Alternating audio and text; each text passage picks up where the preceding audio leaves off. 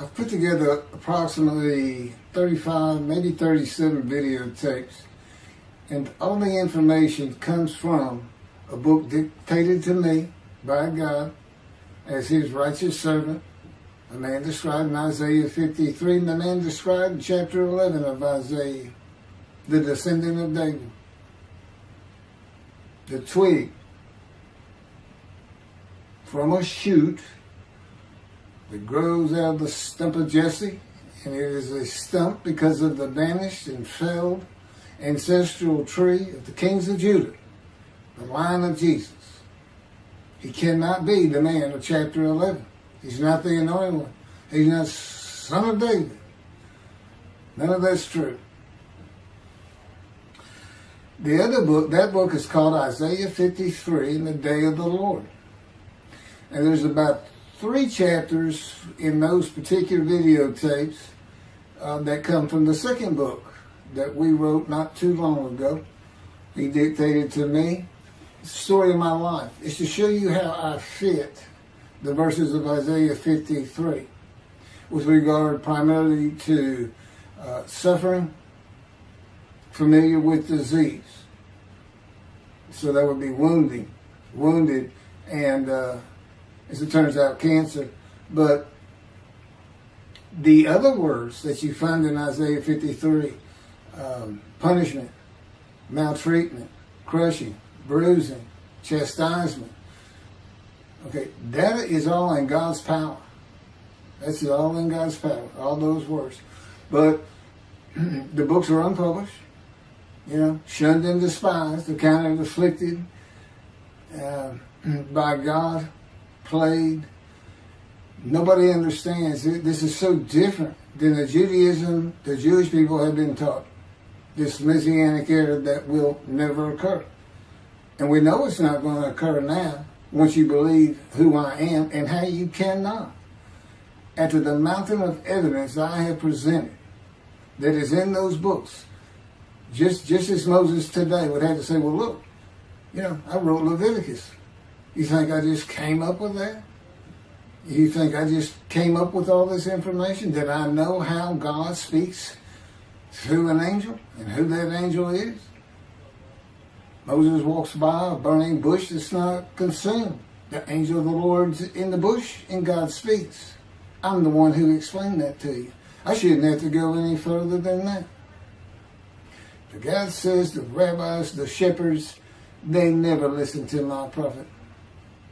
They think they know everything. Well, I'm going to keep showing that they don't. This is primarily for the people who listen to them and not them. I don't expect them to ever respond. Because by responding, they have to say they've been wrong. Or that's just not what we believe. And so they won't change. The bottom line is they make money on it. That's the bottom line. God had me watch a video of Tovia Singer just for this one purpose I'm about to tell you. He said, watch him raise his hand.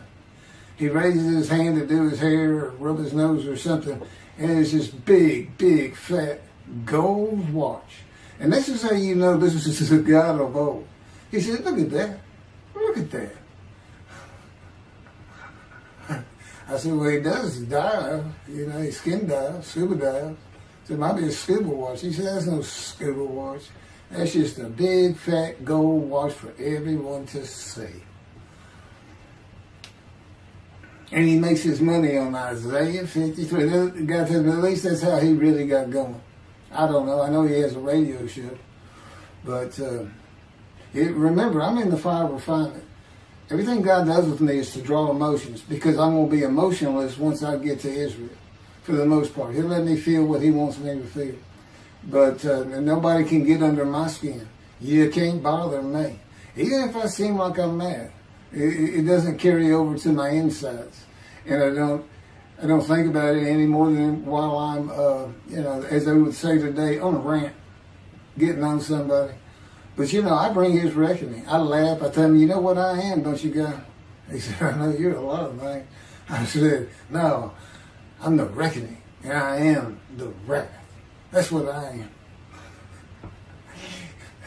He laughed. Holy Spirit laughed. That's what, yeah. I say, righteous servant, David the shepherd, Elijah, prophet like Moses. I like wrath. What's his name? Wrath. What does he do? He brings a reckoning. But anyway, I'm going to go through these early years of mine before God spoke to me. It's chapters 1 through 6. Chapter 7 is God speaks to an atheist, and I've already videotaped that. Walking with God, and something on visions and visuals. So the first chapter, this is what he told me to write down birth and tragedy. I was born in Bryan, College Station, Texas on February. This just in from the Holy Spirit, yes. Like you couldn't ask me before I started. Yes. Oh, this is only for the people who come to believe in me. I don't expect anybody who's been viewing these materials and, nobody's really subscribing, a handful, to be believed. Again, I can't imagine. I don't know what you people want. I don't know who you think's going to come to do something different. How are you going to know who David is? I mean, according to Judaism, there is no description of him. How are you going to know who he is? All this being presented, and I know Jewish people have seen it, only 60% of the views are coming from the United States. Now, I don't know that means 40% is coming from Israel. Probably not. You got Canada that's be a big follower on my WordPress site. And really just all the countries of the world at one time or another have looked at some of this information as I wrote my blog, and the blogs became chapters. But I'm assuming some Jews have heard of what some man is saying he is Moshiach, and they're watching. Well, this is for those who come to believe, the people who want to be the witnesses, the many made righteous. By my knowledge, by the things I can tell you that God would have me say to you. So, this might be bored to tears with others, but it does show suffering, pain, and emotional pain, my background, and just who I am. Not just some kook out here. People say, well, he's hearing voices. I mean, listen, as a lawyer, and I even did criminal law, I've seen some of these people who hear voices.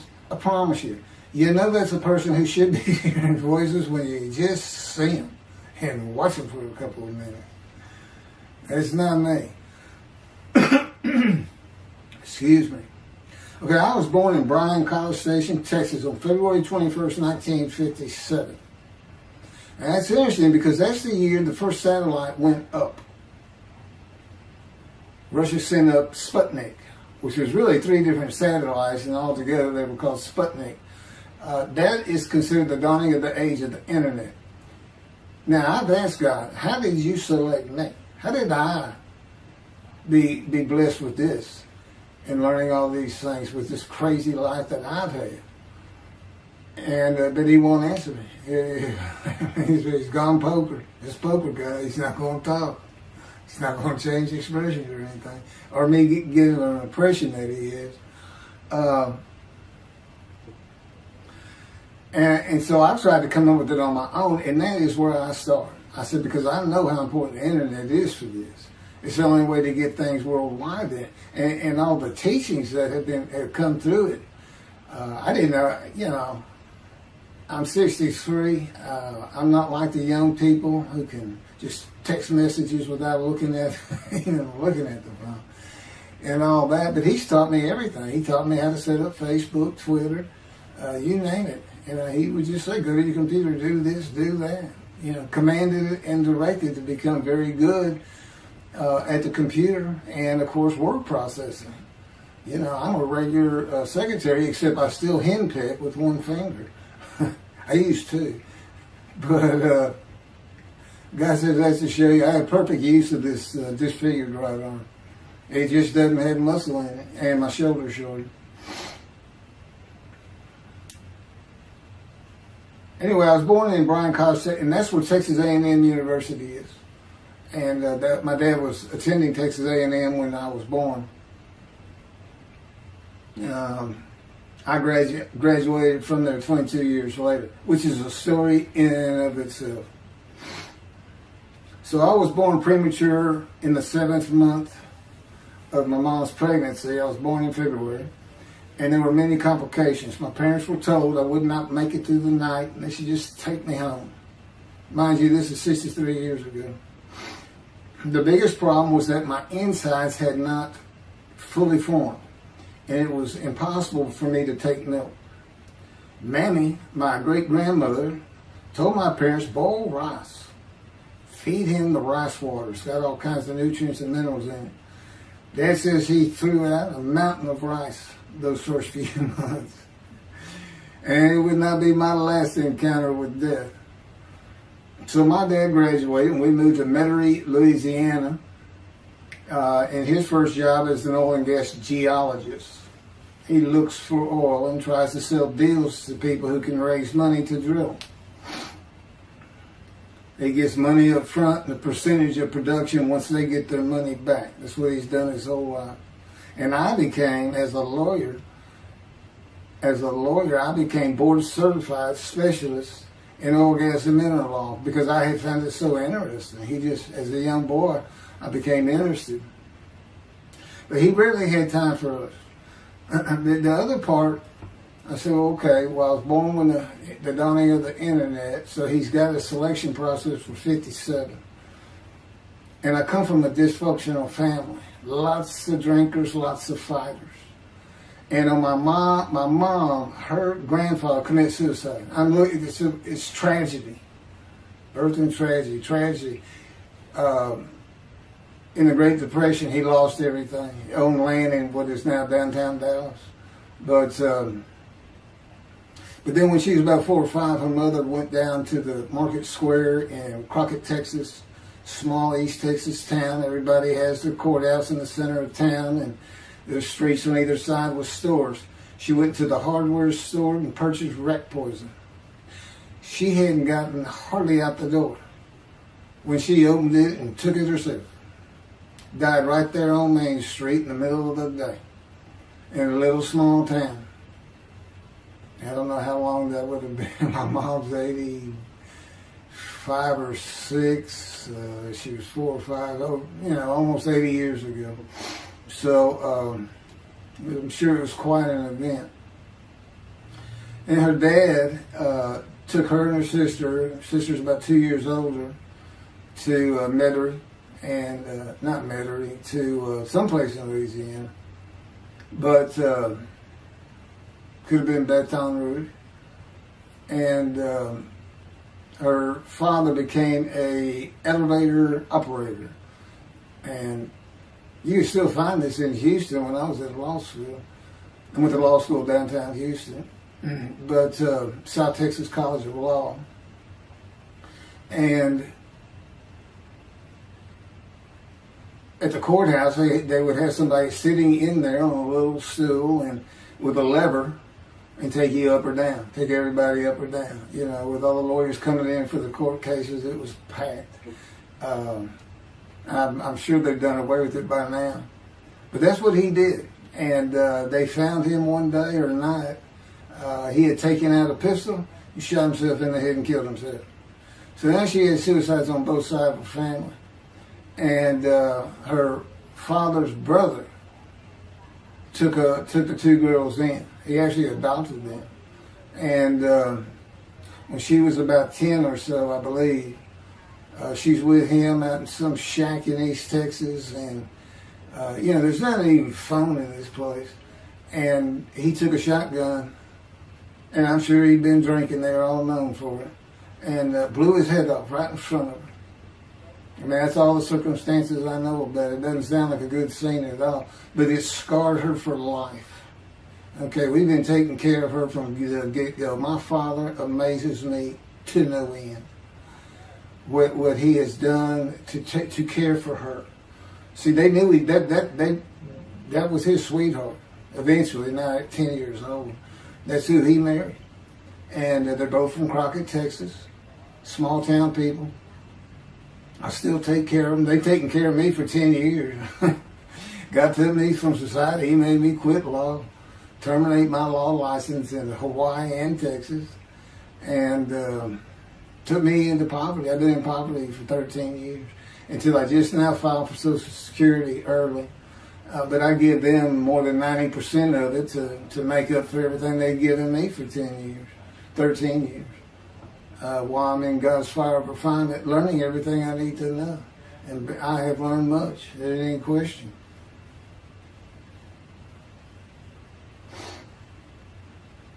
So anyway, there's 3 suicides. There's 4 suicides right there. So it's a family of tragedy. You know, it's not the tragedy of losing your entire family in the Holocaust and you're the only one left. It's not like that. Because God says, I just got things as close as I could.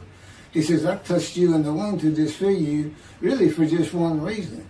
Well, 2 reasons. One, it makes you identifiable. But it was so people would pick on you. I wanted people picking on you because that's what happens to young Jewish boys. Just for being Jewish. Just for having a disfigurement. People will pick on you. I've told him since, I don't even really recall many people saying anything to me. He said, that's because you look like you crawl all over them if they did. And I did. I was always just say something, anything. That's just the way I was just angry inside. And God's taken all that away. But I can still go on a good rant. But, and then my mother in the 60s, young people may not know this, but that's when, you know, the Woodstock and marijuana, LSD, everything started getting big. And at the same time, doctors were just handing out pills left and right. Valiums, painkillers, Percocets. You know, just asking for it. They were writing scripts. And I know today they put a lockdown on that. But she got heavy into it and drunk all the time. I'd have to come home from school and stay with her. And she became such a different animal, a different person when she drank. She became a little girl. You know, and having your mom act like that and slobbering. And, you know, I'd go in there to be Valium dripping out of her mouth with a bottle of booze by her. So it was an ugly scene. And so I came from a dysfunctional family, so I think God wanted that. And He's there with me from my first year to make sure that I live a life of suffering. He orchestrated many of my wounds. And He's taken me back in vision to see these things. And His visions, one thing you don't pick up in the Bible, when I say Bible, I'm talking about the Jewish Bible, the Hebrew Bible, that's not, unless I say otherwise. Which is like when God says, my peoples. If He just says my peoples, He's talking about the Jewish people, the chosen. I mean, He may say the peoples of Moab, or just by the context, you know, He's referring to another group. But that comes up all the time. So, to add to that, she tried to kill herself a few times. And when I was 10, my dad was at a Texas A&M game in Dallas. And I know it was 1967, so I was 10 years old. Because I'm very familiar with that particular game. It was against Bear Bryant and Alabama Crimson Tide. And he had coached at Texas A&M. So, as you can tell, me and my dad are big Aggie fans and football fans. But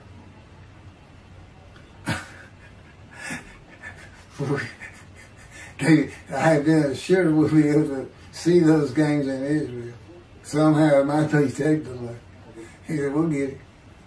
That's the Holy Spirit. We'll get it. I said, he's so funny. I don't know where my sister and brother were, but I heard some noise and I went down. It was about 1 or 2 in the morning, and our stairs curved, and there was a little bay window cut out, and I looked down out into the living room. She's laying newspapers out, and I just sat there watching. I didn't know what to do. And she got down that paper and took out a butcher knife, not a razor blade, a butcher knife, and opened her wrist up. And this happened again years later when I was in high school. She opened her elbow up, and that was god awful. I don't know how. But before she bled out, my dad opened that door. I sometimes think she knew he was going to be there soon, would probably save her. But it didn't look good, and I hated myself for not doing something. Maybe that's why I was so angry. Anyway, because I didn't do anything, I just sat there. I couldn't move. I don't know. I don't even know what I was really thinking, really. But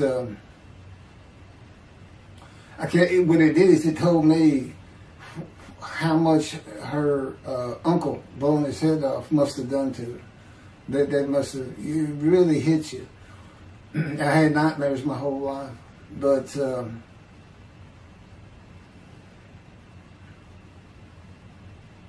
I was 16 when she did the thing with the knife. But you know what? My dad finally got her he got her the best psychiatric care in Houston, Texas, and that's big because we got a medical center that's renowned throughout the world. And they put me back together many a time. And she never did that again. And the amazing thing is how different she is in her very advanced old age. I mean, it's like she was never that person of the 60s and the 70s and the 80s. I don't know how my dad survived it. I'd have never stayed. I'd have taken the kids and said, try to find us. But he's not like that. I've never seen two people who love each other so much. It's crazy. But anyway, I was married for 20 years and we weren't like that at all. We finally divorced for irreconcilable differences. Okay, my first major surgeries when I was 2 years old. My first surgery. Up above here I have a scar. I had my first of many surgeries. Been born without my right pectoral muscle, small shoulder, withered arm.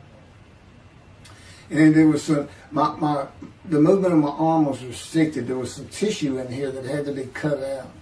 So they opened me up and did that. I was born right-handed, but I do everything left-handed, except for light things. Like I shoot a basketball right-handed. I throw a ball right-handed. Darts, things like that. But bowling, I'm left-handed. You know, anything heavy.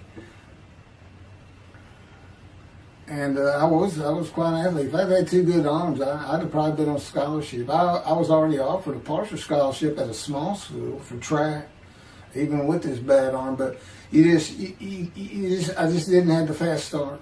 You got to have two strong arms just pushing out in front of you. But I was some kind of quick and fast. So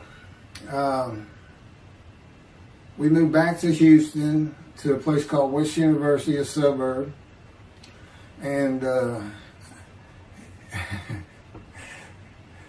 this little story, I don't even like telling it, but God tells me I have to. And he had something to do with it, but I'm not going to go into that part of it. So anyway, I had decided when I was in second grade, I was tired of school, didn't want to go anymore. I don't exactly know why. I just know I said, that's it, and I'm not going. Dad came to get me up and take me to school until I'm not going. And it was on. He was going to get me there. It took him about an hour to get me to the car. Fighting and screaming and running around and hiding, getting under bed. You name it, I was doing it. And but anyway, he finally gets me to the school, but he's too tired. He wasn't even going to try to get me out of the car by himself. So he get out and he goes and gets the principal. Now, my dad's about 6'2", but he's real slim. And but he comes out with his principal who's taller than he is, and he's a hefty guy. He's burly. Anyway, so they come, they said, get out of the car. I said, I'm not getting out of the car. I'd already locked the doors. Only the two front doors locked, and it was those locks that you pull up and push down. So my dad used the key, and he opened up, he popped that lock up, and I slammed it back down. Said, I'm not going to school, I told you. He threw some keys. They started throwing the keys to one another over the roof. And the principal was trying the same thing, and I'm slamming his door. I'm leaping across the car. Man, I don't know how long I went, but they finally, in 5 minutes maybe, seemed like an eternity. I was terrorized. That's the way I look at it. Anyway, the principal got it open. And I saw that door open, and I got back on the far other side of by the steering wheel with my back against that door. And I curled up like a ball, had my knees on my chest, and he reached in to get me, and I unleashed on him, kicking him in the face with everything I had. It broke his glasses, and his orbital bone got shattered. So, That wasn't my first principal either. There's another one. So, but anyway, so they carried me in, and it was very embarrassing. I was crying. But again, funny thing, nobody, because I stayed with this same group for 9 years, going to West University and the junior high there that you go to. Nobody ever said anything to me about it. And I knew some of those kids that were in that class.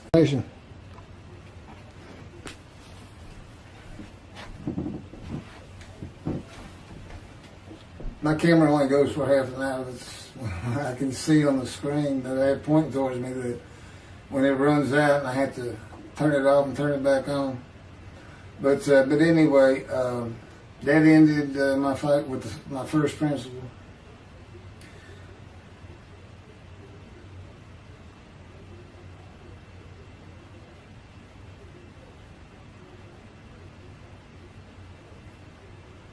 Yeah, here it is right here. I guess God had me put these together. In the 10th grade, the principal of the school told me to cut my hair. You know, I had long, blonde, wavy hair, well past my shoulders.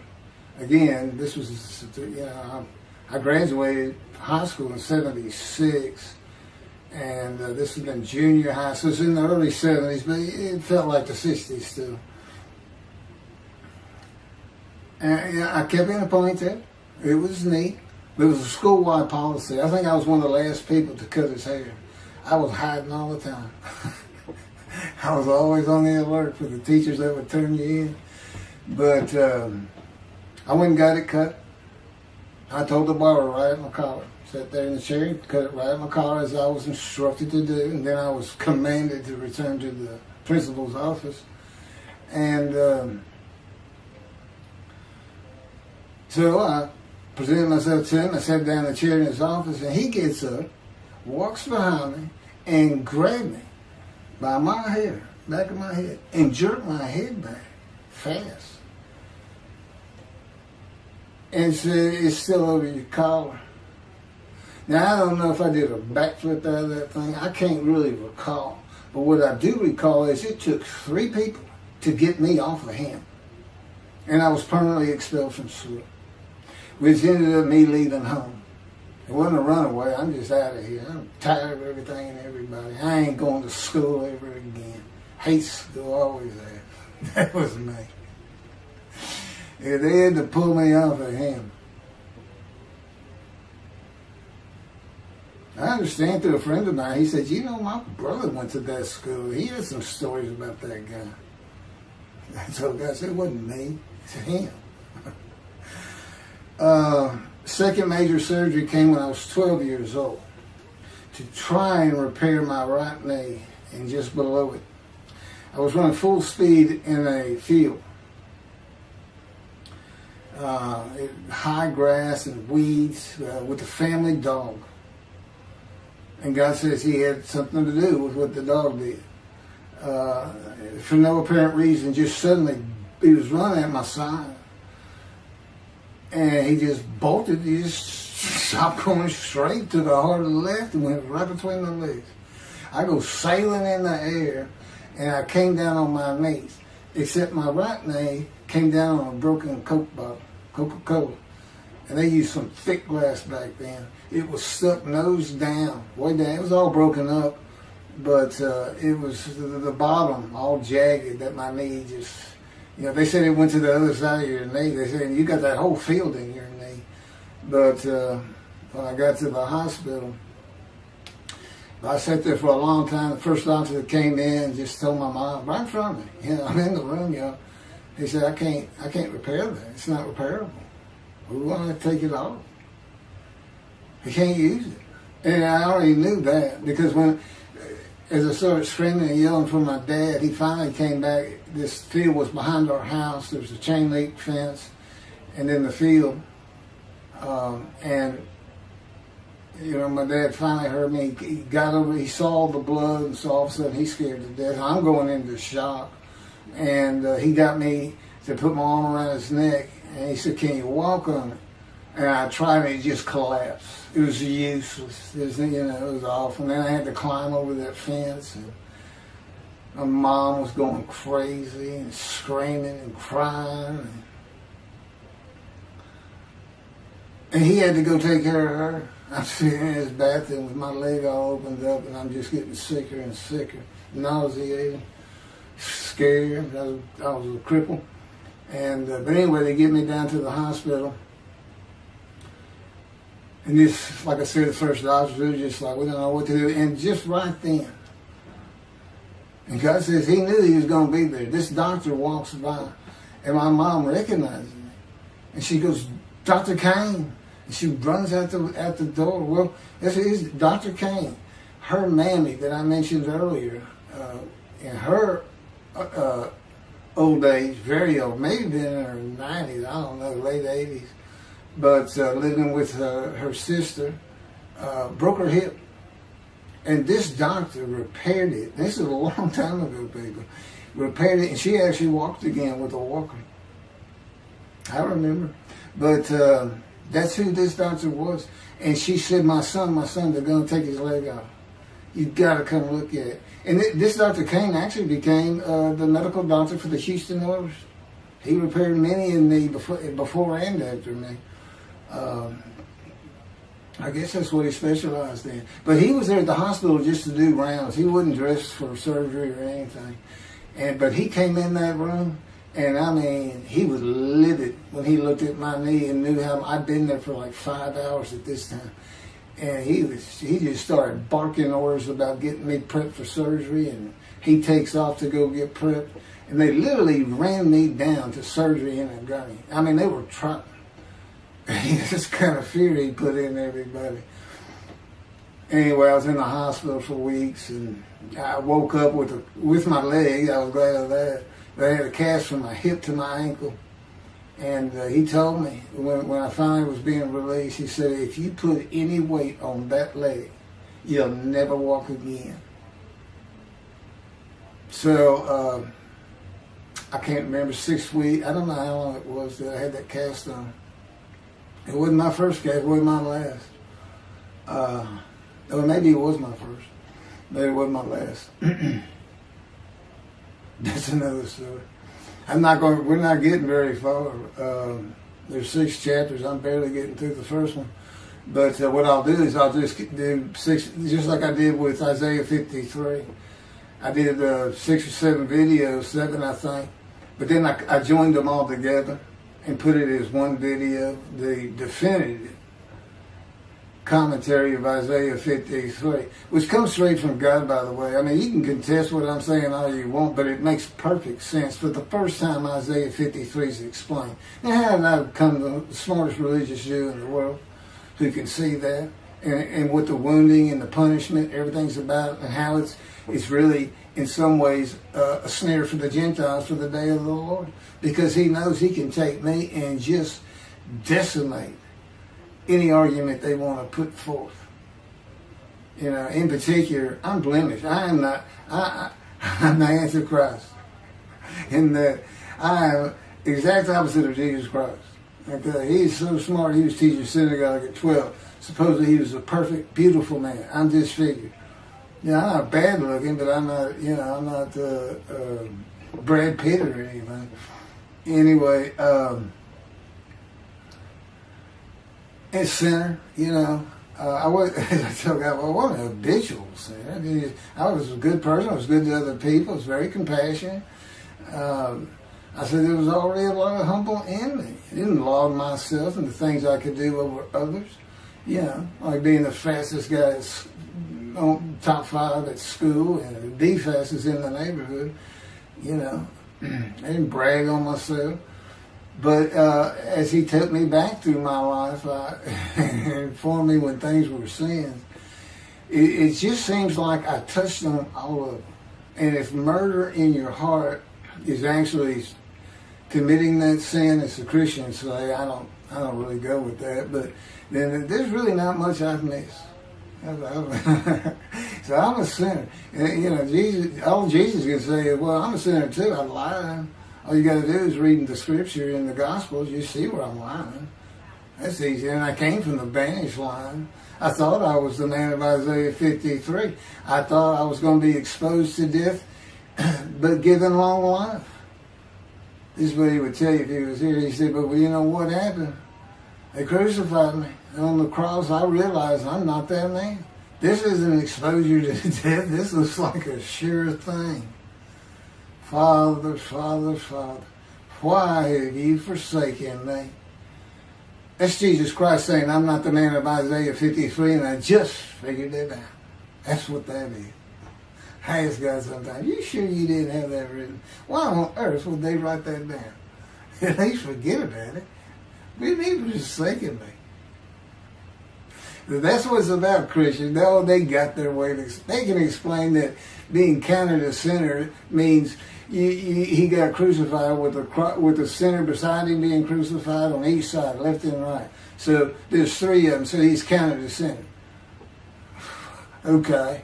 It's supposed to be descriptive. We're supposed to be able to find a person through this. You might tell Judaism the same thing. This is to find somebody. It's not the people of Israel. They're all kinds of people. Now, we're looking for a guy, so God can have a Moses. Why? We have a new covenant. Why? It's the day of the Lord. Why? Jeremiah says so. That's why. It's so easy. The land blooms again. Okay, and he's coming with covenant friendship with the temple. So the land blooms again at a time when there's no temple. Jerusalem's going to be rebuilt. It's a metropolitan today. This is no Jerusalem of antiquity. The old city might be too big. And I'll make a new covenant with you. I'm going to forgive all your sins and remember them no more. That will cause Torah to be written on your heart. It's a metaphor. Let's think, when did he do this before? Oh, that's right. Assyrian Babylon exiles, Isaiah was writing for. God said, I forgive your sins, remember them no more. They became a holy seed, and what they did? They built the second temple. What are we missing? The third temple. It's just so easy. So it is the day of the Lord. There ain't any question of that. I'm just telling you, it started with the Russians sending up Sputnik. Those old Ruskies. And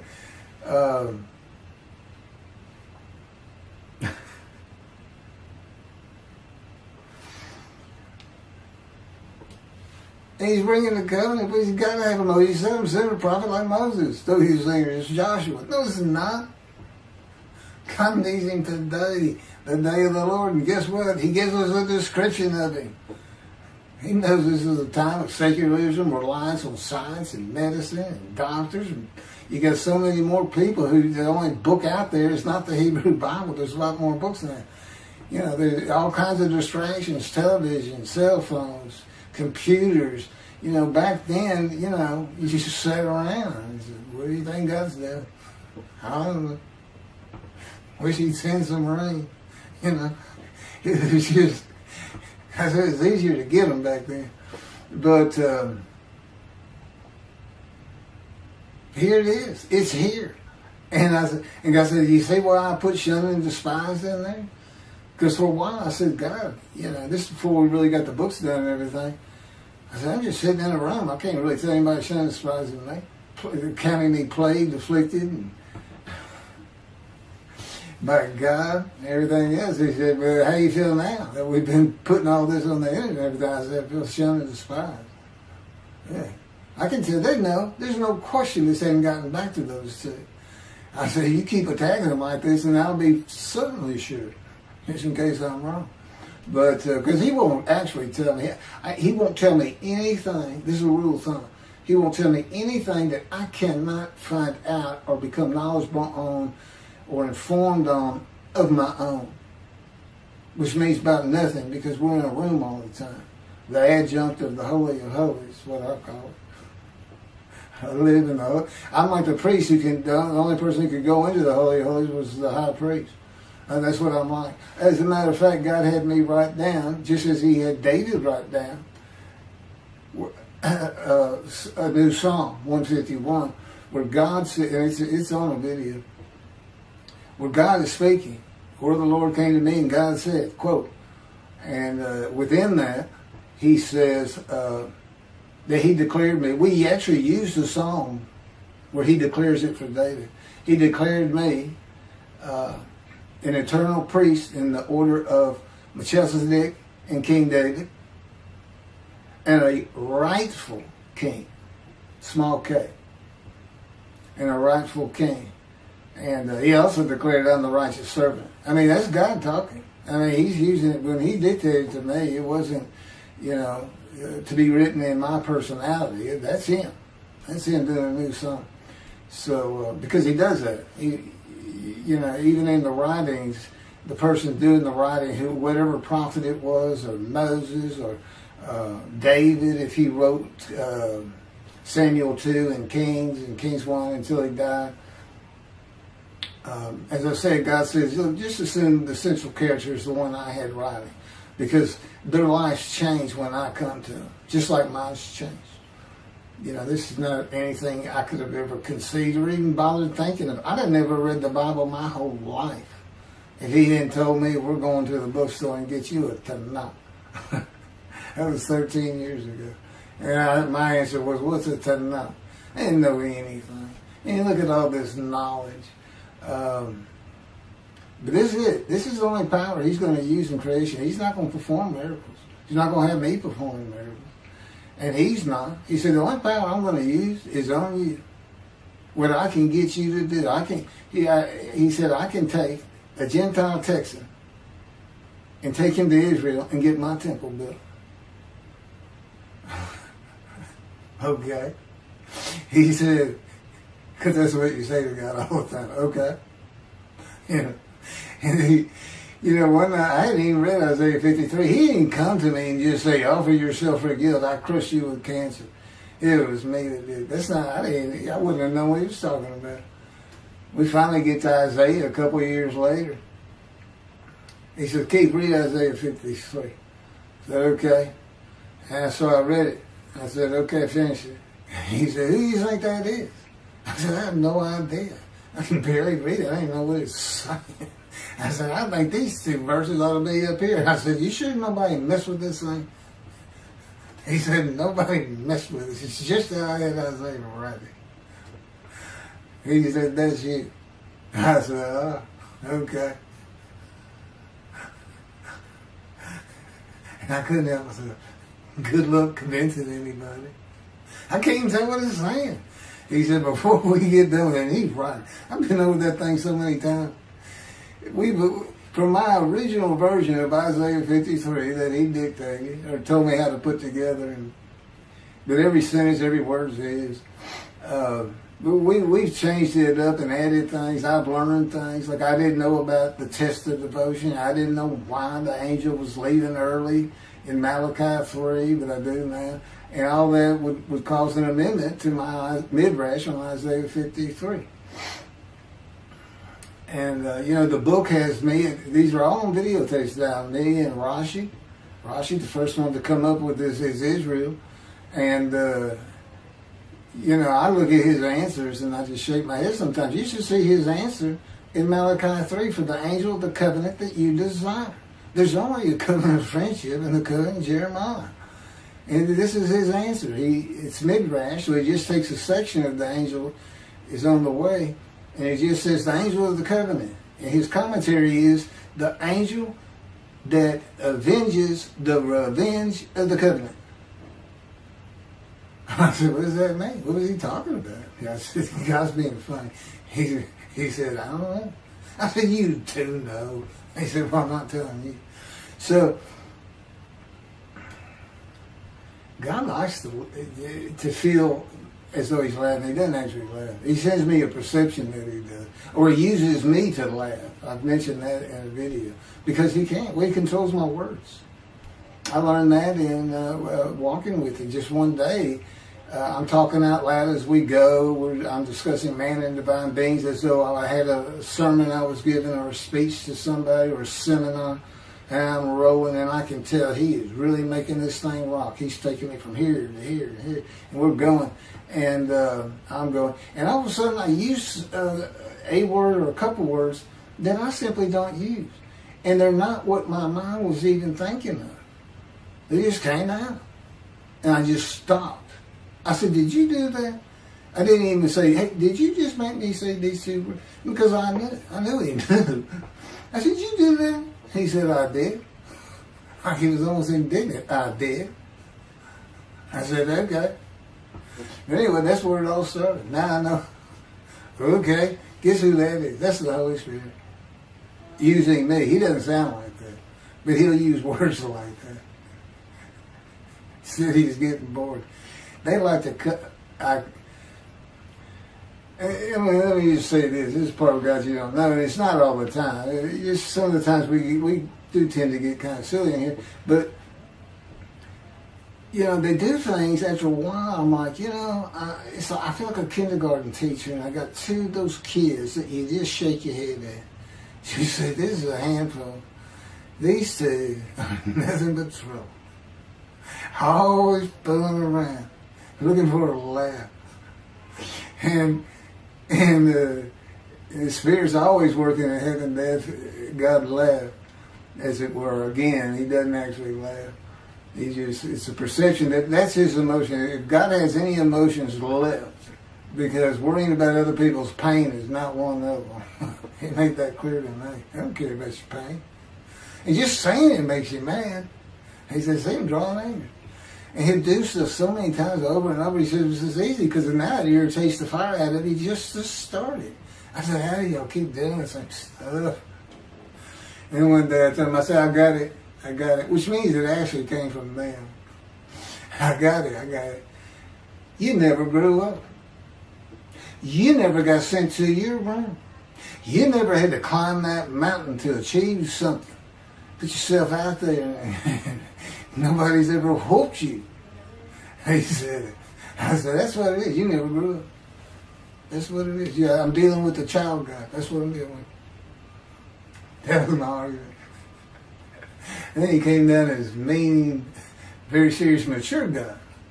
And I didn't bring that argument up anymore. But that's how it gets with me sometimes. It's an incredible lot. For me, I'm not going to get to him. I guess I'm at the end.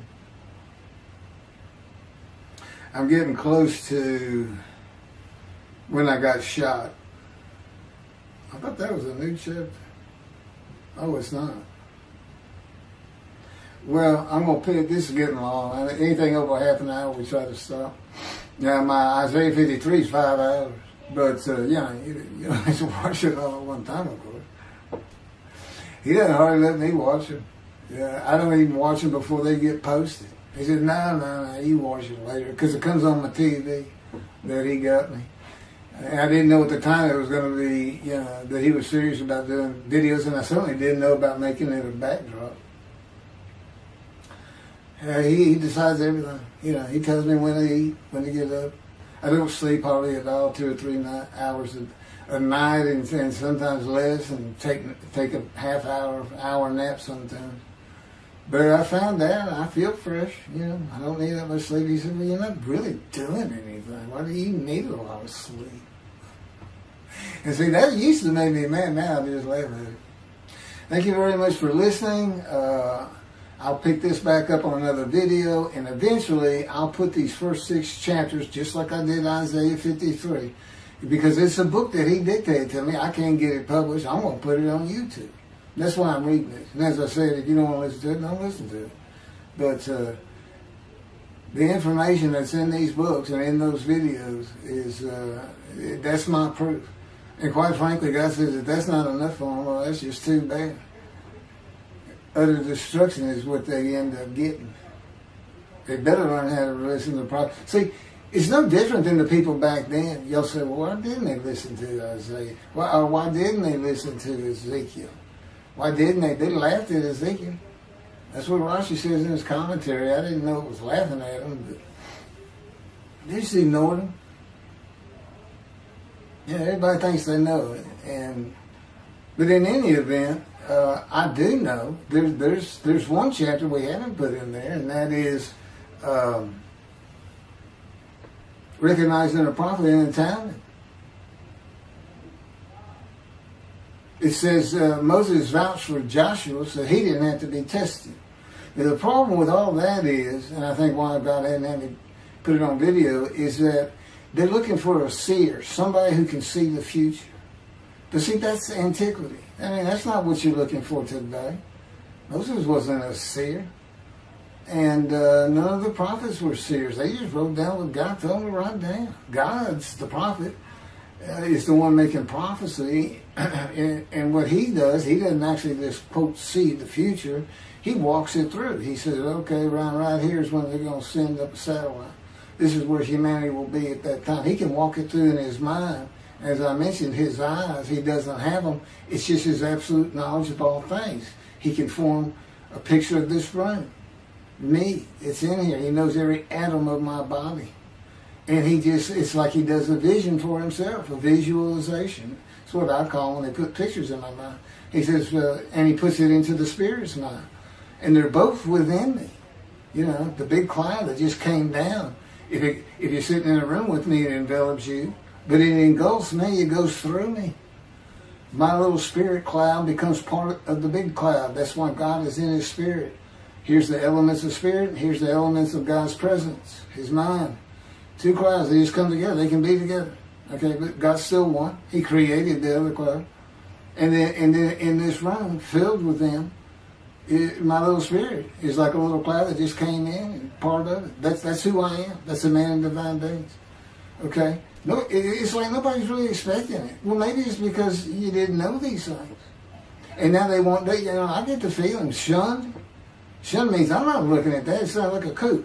We by faith, by the fundamental principles of Rambam from the Talmud, from his diagnosis of the Talmud. Why don't you do your own? Why don't you throw the Talmud out and learn some new stuff? Why don't you get out of antiquity? Every religion has an end times like that. Every religion ends up with utopia for its people. Everybody. Well, don't be like everybody. You're the Jews. Throw it out. Let's get practical. Let's have God in our midst again, in a man like he was in Moses. Let's point at him and tell the Christians that is the man of Isaiah 53. Here's what it's about. God said he's coming back. He told us we're not waiting on him like you. He said when he was coming back, he false prophesied 5 times. He ain't coming back. He wasn't who he thought he was. He told us on the cross. I'm not the man of Isaiah 53. He tells us. Well, that's what he doing. Father, why'd you forsake me? I'm about to die. What do you think he's talking about? What do you think he's thinking about? He's not supposed to die. He thinks he's the man of Isaiah 53. So do they.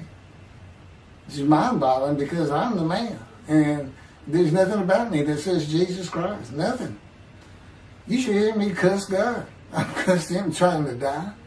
I begged for death 1,000 times. He said, it's not been 1,000 times. I said, it's been hundreds. He said, well, that's true. You have cursed me more than any man in the history of mankind. And he said, and you did it face to face. And I said, you shouldn't make me so mad. He laughs, y'all. He laughs. When I'm cussing him, he makes him laugh. And oh, you're kidding, that story? He gave me his perspective. This is how he did it. He said, Keith, imagine you created ants. And ants are living beings. In other words, they can think and they have emotion. Okay, you get a great big ant farm over here in your room. Okay, you decide you're going to get one ant to get all the other ants to do stuff. But you got to get him ready. And you get him ready the way I'm getting you ready. Now, he's mad at you. Right? I said, yes. Yes. And he said, now, imagine, I'm always laying in this bed. I got a big table. It's got a microwave on. I put my computer on. I got a big fan I like to have on. And he said, look over at that table. Now, imagine that ant got loose. And he is crawled up. And he is standing on the corner of that table. And he is giving you the what for in ant language. I mean, he's going. And he's turning around and shaking his butt at you. And he's cussing.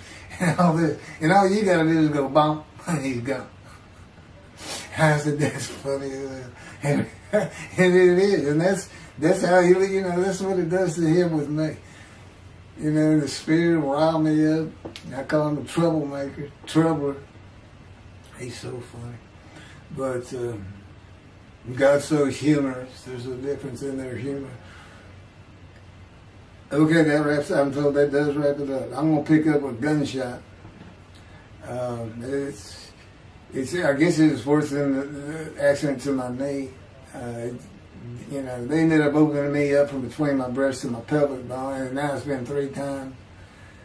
And eventually, the lung cancer and colon cancer and skin cancer. But the lung cancer is when they told you should have died from the colon cancer. He said, but this is it. We can't treat that.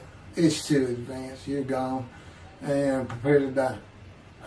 That was 20 years ago when the planes hit New York. It was the planes hitting New York that got me up off the ground one last time to see one more doctor. The life of God's righteous servant of Isaiah 53, chapter 3, gunshot. Shortly after I recovered from my knee injury, I moved to Fort Lauderdale, Florida. I was not happy about it at all. It turned out to be a lot of fun. I made some great friends and celebrated my 13th birthday. My only injury in Florida was having my front teeth shattered and knocked out, requiring caps, which was more of an ordeal than I would have imagined. We returned to West University in Houston after 2 years. My mom was not doing well at all, and it was getting close to her second suicide attempt. I was back with my old friends and did not have much supervision from home, and I failed ninth grade. I made my own decisions, and I rarely listened to others. After being set back a year at junior high school, I made a few new friends, which led to my next serious injury. My best friend was a Spanish-Italian whose father was from Sicily. And he kept a machine gun in a violin case in his office at the restaurant he owned, where his son and I were waiters. It was called The Godfather. My friend was the best pool player I've ever known or played with. An absolute natural. I will call him Antonio, but that's not his real name. Antonio's girlfriend was a Jewish girl. I will call her Rebecca, but that is not her real name. Antonio was a Catholic Christian. Rebecca did not practice Judaism, and Antonio did not go to church. I was a confirmed atheist, and we never talked about God or Jesus. Rebecca's father had foreclosed on a ranch about 8 hours from Houston outside of LaGrange, Texas, Fayette County. LaGrange was famous for the Chicken Ranch, which was an illegal brothel that operated from 1905 until 1973. The business served as the basis for the 1973 ZZ Top song, LaGrange, and the Broadway musical, The Best Little Whorehouse in Texas, as well as its 1982 film adaptation. T.J. Flourney was known as the meanest sheriff in Texas. In the coming weeks, I would be interrogated by him outside of Shock Room 3 at Bentab Hospital in Houston. This is an excerpt about him from an internet article. It was the most one-sided Texas battle since the Alamo, as 100 citizens watched disbelievingly in the dusty little town of LaGrange, their beefy sheriff, T.J. Flourney, reached into a black 1975 Continental Mark IV and began to shake by his $300 suit Marvin Zindler, the star consumer crusader of Houston, Texas. That's from People, June 17th. Next, the sheriff tore off Zindler's blue-white toupee, waved it in the air, and then finally ground the rug under his cowboy boots. Behind Flourney's fury was the fact that on Zindler's last assignment in LaGrange 18 months before, he had filmed an expose which resulted in the closing of a critical part of the local economy, the Chicken Ranch, a legendary body house. Antonio, Rebecca, and I first went up to the ranch in the summer of 1975. It was a small ranch house and small lakes with horses roaming around loose in pastures. We decided it'd be fun to try and catch one of those horses and go riding. The next time they went to the ranch house was in Rebecca's father's Mercedes-Benz. Two-door convertible Mercedes-Benz. I sat on the hood of that Benz with a lariat while she tore through fields trying to run down a horse for me to rope. Horses could turn too fast, and we never got close enough for me to rope one. What we could and did do on the next trip was bring guns. A 30-30 rifle, shotgun, and two 22 caliber pistols with holsters. As a backdrop, Antonio and Rebecca had broken up as boyfriend and girlfriend, and her attention had turned to me. I did not believe that caused any friction between Antonio and me, but it should have. It did not seem to be a source of animosity of Antonio towards me in any event. On October 5, 1975, we were all back at the ranch having a great time. Tony and I were shooting at cans with our pistols and practicing a quick draw from the holsters. We were standing shoulder to shoulder, about 3 feet apart, and he was a little forward of me. Rebecca came up behind us, between us, and said she wanted to shoot. Antonio passed his gun to her, and it fired when it was going by me. The bullet went on a straight line through my bladder, intestines, and colon from the front right and lodged in the back of my left buttock in my backside. I could see the trajectory in my mind. I fell to the ground, and Antonio fell on top of me, rolling me over and over. I think he was looking for an exit of the bullet. I told him to get me to a car and get to a hospital. Felt like Babe Ruth had swung a bat up between my legs. I never once thought of God. On a big ranch, there are several gates for different sections of land and different purposes, usually with chains and a lock. When we got to the first one, I told Antonio, drive through it. I told him to ram it. I knew I was dying, and all I could think of was, you have got to hurry. I didn't panic, but I had never been so afraid and had never felt fear like that again to this day. Sometimes I think I have forgiven Antonio for accidentally shooting me, but I have not and cannot forgive him for stopping at those gates. I'm still mad about it. I was seriously angry at him. We got to the LaGrange Hospital before noon on a Sunday. They had to call the doctor to come in. I asked the nurse for something for pain, and she told me my vital signs were too low. That if she gave me a shot of morphine, I'd drop dead right there. It would kill me. No pain medication. The doctor came and looked at me and said there's nothing they could do there. He told me they were getting an ambulance to take me to Houston, Ben Taub Hospital, where they operated on gunshot victims all weekend long and do to this day. It's a trauma hospital. Many young doctors from Baylor University, all around the state.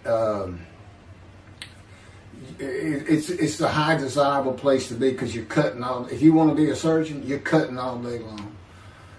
I knew one thing with a certainty. I could not pass out or fall asleep. If I did, I would not come back.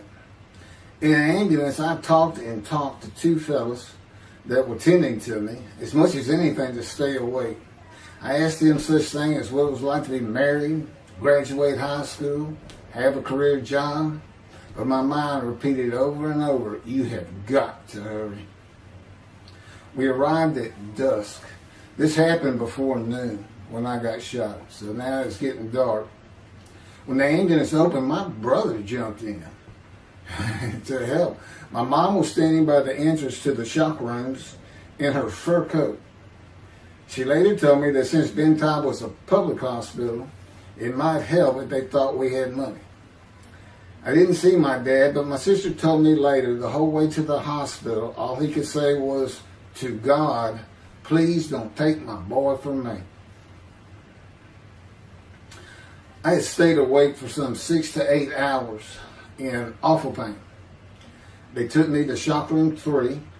It was filled with people giving orders and very loud. On the table, the nurse told me she had to put her finger in my bottom, which embarrassed me. And I raised up like a sit-up and saw nothing but blood rushing from my bottom onto the table. You have to hurry is all I could say. They finished prepping me for surgery and rolled me to a hall in a line of others awaiting surgery. Then someone was saying my name, and I opened in to see P.J. Forney, Sheriff of LaGrange. He wanted to know if I'd been shot intentionally, what we were doing at that ranch, did we have permission to be there, and et cetera, et cetera. I told him I thought it was an accident and to leave me alone. I never saw him again. I didn't have to wait long. The orderlies bypassed everyone in front of me and took me to surgery. I awoke in a large room with about 10 beds on my side of the room and 10 beds on the other with other patients, and I could hear moaning and crying here and there. It took a few moments to remember what had happened and why I was in there. I fell back asleep, and when I awoke, my dad was telling me he would have me out of there into a private hospital as soon as possible. It was the next day when they transferred me to the Methodist Hospital in the medical center, where they had operated on my knee, and I had spent weeks there. I had a hose with a bag coming from my bladder and a colostomy, an opening called the stoma, which is your intestine on the outside of your abdomen, with a bag over it for going to the bathroom.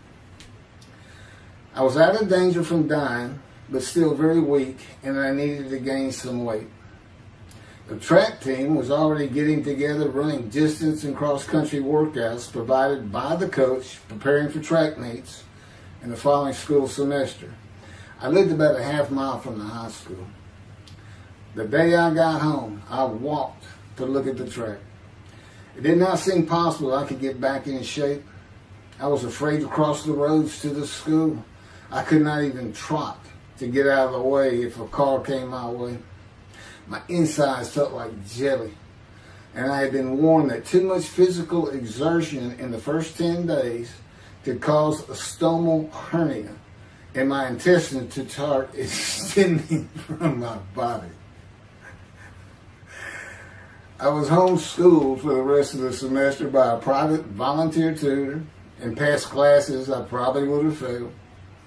The beauty of that gunshot was that it changed me. I was never going to graduate high school, having failed so many classes. So I set up night school classes for the next and my last semester of high school.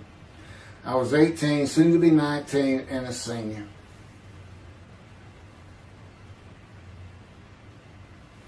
Chapter 4, College and Law School. Before the summer of 1975, one of my best friends on the track team, who threw the discus and shot put in field events and was a senior, told me he wanted to do something big the coming summer before starting college at Louisiana State University, LSU. I was only a junior and I had no plans for the summer. He mentioned this to me, and I began thinking about how long it had been since I had been to Colorado. My father, who had really good years and many so-so years, depending on how the oil and gas industry was doing. And when I was in junior high school, he had sold some prospects that completed a few wells and had purchased a condominium in Pagosa Springs near Durango, Colorado. My friend's name was Keith Miller, and I called him Miller. He had given me the name of Say Babe. At one of our night track meets, I was running the 330-yard low hurdles, and the last turn was behind bleachers where the officials lost sight of us for a few moments. A runner to my left veered out of his lane into mine and took my hurdle, and I had to slow down and go around it, yelling, "Hey man, that's my hurdle." I wasn't happy. I do not remember how Miller knew what I had yelled, but he was probably on the football field inside the track working on shot put and discus, watching me run and hurting me. I did not really know him very well at this time, other than he was a popular senior who knew everyone, in stark contrast to me. On the following Monday, I was walking down the halls between classes, and coming in the other direction was Miller, though I did not see him. Then as he was passing me, in a loud voice, loud enough for everyone in the entire hall to hear, I hear, "Say, babe, that's my hurt." Hence, say, babe. That began a really good and fun friendship, and I got to know the class I should have been in if I had not failed ninth grade. And because I was Miller's friend, I was immediately accepted by anyone he introduced me to. I found out about 40 years later on Facebook. I looked him up and we friended that he's Jewish, and particularly because of his brother. He's got an older brother, and they look just alike. Live up in Oregon. But I did not know that. It's not something we ever talked about. Just didn't think about it. I'm sure he wasn't observant at the time. I told Miller about my dad's condo and suggested we plan a trip up there and backpack in the Womanichi wilderness of the San Juan National Forest.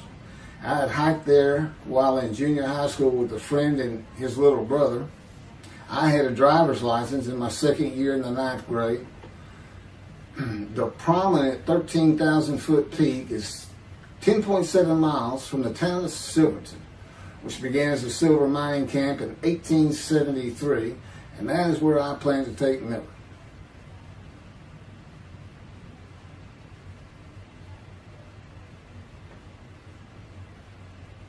So Miller and I take off. We use his car. As I said, he was getting ready to graduate, and his dad had bought him a Toyota. I can't remember the name right now. My dad's condo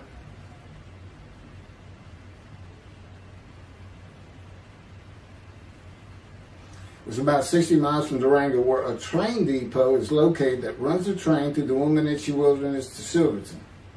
The train is an authentic, narrow-gauge, steam-powered, coal-fired, scenic railroad train ranked one of the top 10 scenic railroads in the world. It's something else. It stops twice in the same places to let off and pick up hikers and backpackers in the Animas Canyon of the Womanichi. At top speed of 18 miles per hour, it takes the train 3.5 hours to travel the 45 miles from Durango to Silverton. Oh, here it is.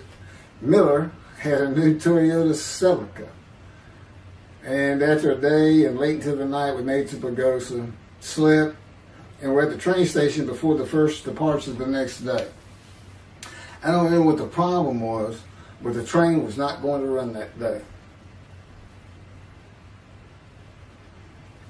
So we couldn't get to where I wanted to take him. It's just too far. We decided to get a hotel in Durango and just head down the train tracks into the wilderness and explore an area I had never seen in with the maps. We got lost. And at one point we decided, let's just put these backpacks down and you go that way and I'll go this way. Well, we did that. We met back up, and then we couldn't find our backpacks. And we did finally find them. We slept that night, and we had a big black bear episode because we had left some food out on the ground, which we shouldn't have done. And but anyway, we ended up making it back, and we had one of the best party nights I've ever had in my life. We hit the main street in Durango, which is a tourist hotspot, and we hit every single bar. You could drink at 18 back then. It wasn't 21 as it is today. And we did. We made sure it was like a go. Okay, let's go to every one of them, had at least one drink, shot of whiskey, Boilermaker, beer, whatever. I can't really recall other than I knew I had been drinking the night before when I woke up. But we did. We hit both sides of the street. I don't know how long it took us and how many drinks we had, but we just had a lot of fun.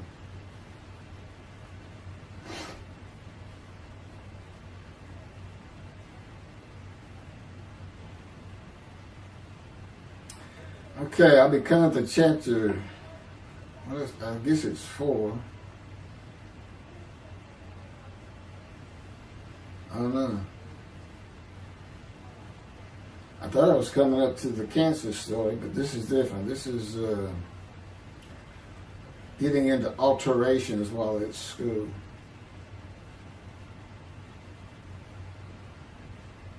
So anyway, I was shot on October 5, 1975, and by early December, so it's October 5, and then in early December, I had surgery again to put my intestines back together, which was, it was dicey. They kept telling me, we don't know if we can reattach. There's people like Bob Hope lived his whole life with one of these stomal deals, and it's just a horrible thing. But it was successful. They put it back together, and they removed my bladder tube. The girl next door, who I had never talked to other than to say hey or hello, who also went to high school with me, had been coming over daily, and she agreed to be my girlfriend when I asked her a few months later. I did my night school and graduated last in my class, or close to it, of over 400 people. In late December, I began running with the track team. Now, I had surgery early December, and I already got out there with them, which was difficult. Pulling 2 tires on the cinder track, there's a rope, 2 tires, and you put a harness around your waist. I had to put mine high up on my shoulder. On the cinder track for a lap and a half, 660 yards with 2-minute intervals, 6 times was the toughest. My speed and quickness were still there, but distance running and my endurance, it took quite a while to come back. In early February, just about 3 months after being shot, I won my first 120-yard high hurdles race at a track meet that was fast enough to qualify at the upcoming district track meet for the regional track meet.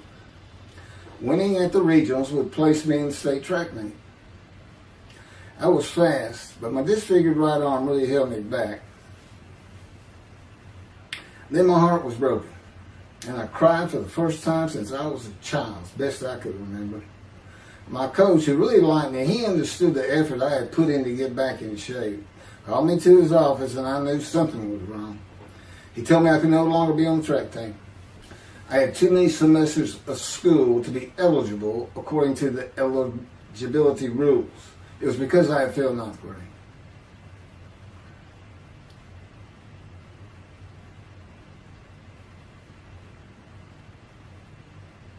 And of course, I had no one to blame but myself. Skipping school all the time, just not trying or caring about learning was why I failed. I was not lacking in intelligence and common sense, as many people thought of me. I could and often did read a complete science fiction paperback book during the school day. One day. I get them from my brother. I just sat in the back of each class and read my book, and the teachers always left me alone. I also was suspended from school a couple of times for fighting. First fight was in the gym in the bleachers with the principal on the floor telling us the do's and don'ts for the second semester of the 10th grade. This is 2 years before I was shot. I found out he already knew me by name, and I had never talked to him. The second fight was with the same guy, but this time we took it across the street from the school. He had about 10 of his friends, and I, being pretty much a loner, I had none. They were African American, bused into school from neighborhoods far away. And I just didn't understand them, or know why they even talked to me with words I did not get, like word, or say, man, can I hold $1?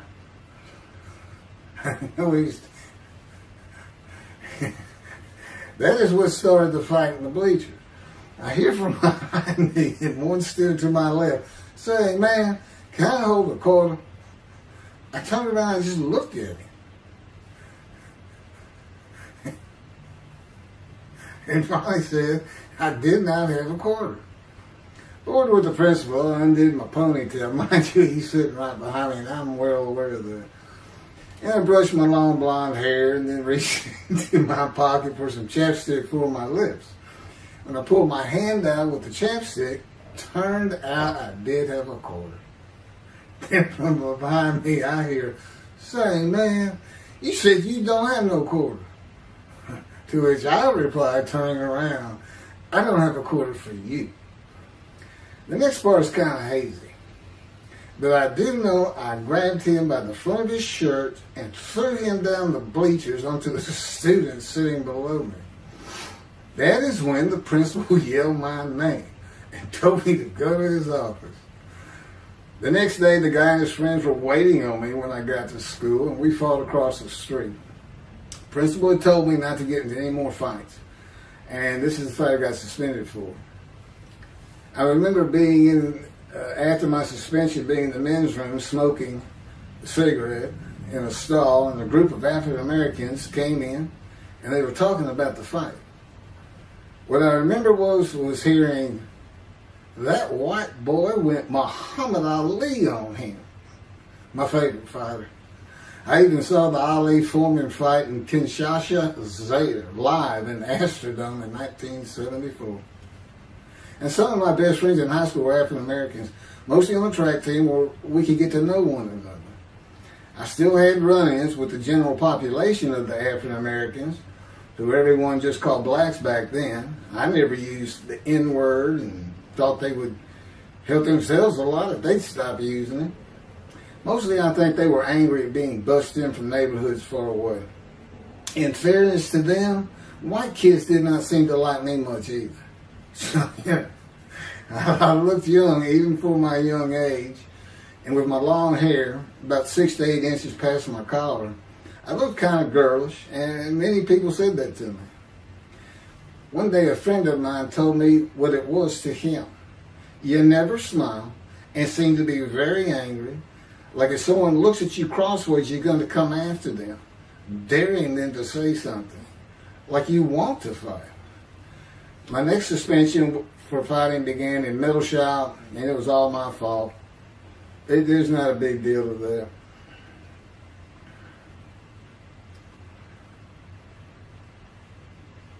The last fight I was ever in came right before I was gunshot at the ranch. The accident really changed me and the way I looked at life. I never got in another fight after I got shot. It took some of the fire out of me. My longtime friend from junior high school and I were at Memorial Park at night and walked down a train track that ran through the woods, away from the streets and recreation areas. We went to the center of a long railroad trestle bridge that ran over a bayou to wait for a train to round the corner from either direction on a single track. When a train would round the corner, we had to run and jump off the trestle after clearing the bayou. We were drinking beer. As we were sitting, we started talking about the price of gas that was 44 cents a gallon in 1975. Anyway, the trains weren't running. We got up to leave, and as we're walking down the steps, he said something about my father and about how to find oil and gas. And I turned around and just hit him with everything I had, with my right arm. And I realized, what a stupid thing to do. I called him the Big Sweet. He's huge Norwegian. His hair was white and long and longer than mine. His hand was the size.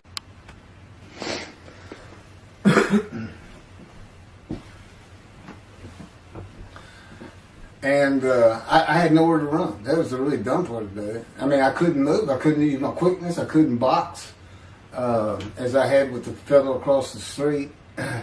And he just took one big swing. He's very athletic. Coaches all wanted him on the high school team, but he didn't want to. Football team. And but anyway, he hit me just one time. That was the whole fight. It was just two hits. My measly hit with my right arm. I was fast, And I hit him where I wanted to hit him. Well, I say that. I didn't even think about it. But he just about knocked me senseless. I mean, I saw it red. And so anyway, that was it for our friendship. Although after I got shot, he and I got back together a little bit. But by that time, I had met Denise next door. And I wasn't going to be going out drinking beer at the trestle anymore. I was going to get serious, and that's when I set up my night classes and everything. The big Swede.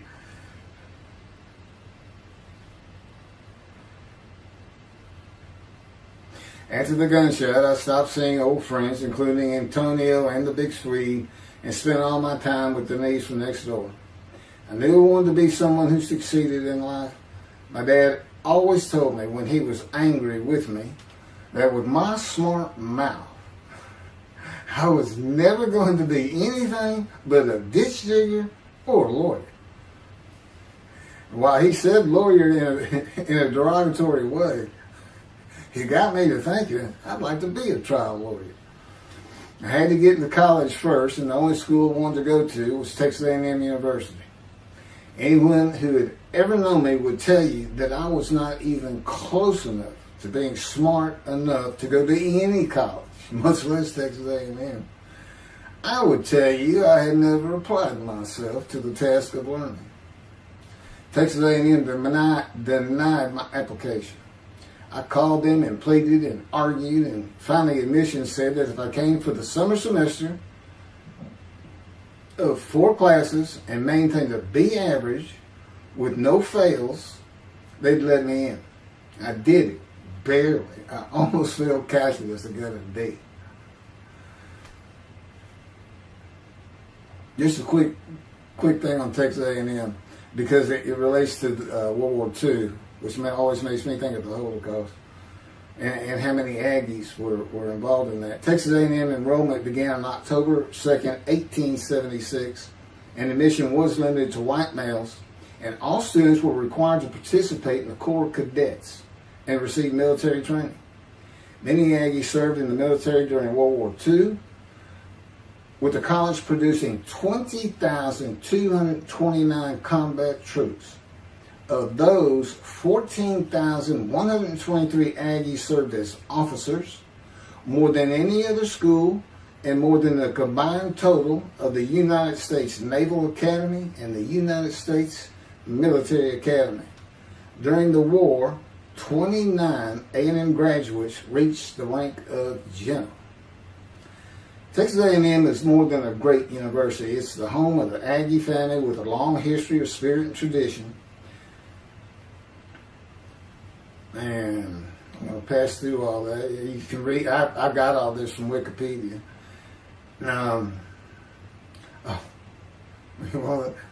Like Notre Dame, it's a school full of tradition, especially notable at football games and in campus life, drinking beer at the Dixie Chicken. I had a good friend in what is now the Volunteer Corps of Cadets, and we've been shooting pool and drinking beer all night on the weekend, and finally left sometime after midnight. I walked my friend back to the quad, Corps Cadet Quad, a large open area where people could gather, surrounded on 4 sides by dorms for cadets only. And I dropped him off at his room. Before he shut the door, he looked at me, and not for the first time, said, "Want to race?" He's fast. We raced many times. I said, yeah. Of course, we were pretty much, we've had a lot of beer. I said, yes. And he went to the end of the hall and took off at the other end of the hall. He was fast, but I was pulling away with just a few yards to go and hit the wall before I could stop and busted my chin open. Blood's pouring out everywhere. People opening doors. Look, that's what the little guy did to the taller guy. I also sprained my ankle. These are my injuries at Texas A&M. I also sprained an ankle so severely playing basketball with football players that I was in a cast for 6 weeks. Those were my only injuries in the 3 years at A&M. It was the gunshot that changed me and everything in my life. I married Denise when I graduated from A&M in '79, just 3 years after graduating high school. I went through it 3 straight years. Because I had those hours from the first summer, I just went ahead and went the next summer too. And I got out of it. And the average for most A&M students is 5 years. But I went through in 3. And of course that meant I never dropped a class, which also meant I had a low GPA, grade point average. And I didn't realize how important that was for admission to law school. I was denied admission from every school across the nation I thought I could get into. I did not know how my dad knew about South Texas College of Law in downtown Houston, but he made some inquiries and found out the dean was a graduate of Texas A&M. And we're known for helping each other. We set up an appointment with the dean. I told him of my rather intense home life and wayward ways, and that the A&M had given me a chance to prove myself as a capable student. You know, he hemmed and hawed, looked around the ceiling, and gave me the same opportunity A&M had. 4 summer classes, D average, no fails. I did it. I was terrible at chemistry and math, but it turns out I had good reading and comprehension. It's probably from reading all those science fiction books in school. I graduated in '82, and I did great on the bar examination. Keith Ellis McCarty, attorney at law. Who would have believed it? Which reminds me of verse 1 of Isaiah 53. Who can believe what we have heard? That's what any of my friends would say about me getting out of law school. Much less what's happening today. You go find somebody that knew me in high school, they say, who? Oh, that can't be true. Get out of here. I know him. Forget about it. Chapter 5. 27-year headache. I'm going to pick up with that on another video. And then that'll be it. Some general comments. 5 and 6. I'm not sure what 6 is. Yeah, 27-year headache. I'll go ahead and mention God in one of these accidents. And I won't say anything about the dog who took a hard left between my legs. Just about severed my knee, my leg at the knee. I won't mention that. Or hitting the big Swede on the track. Unbeknownst to me, my arm just took off. I wouldn't have hit him with my right arm. The things he has shown me. And getting gut shot. Yeah, I think I would have figured out, you probably shouldn't be hanging out with this fellow anymore if you're going to be talking to his ex-girlfriend in front of him. Little things like that, he controls my perception. Little things like that in my life to make sure I am the man of Isaiah 53. If anybody thinks I'm going to back off saying that, they're wrong. I have been through too much. My whole life is dedicated to this time, the day of the Lord. As a matter of fact, what about my day?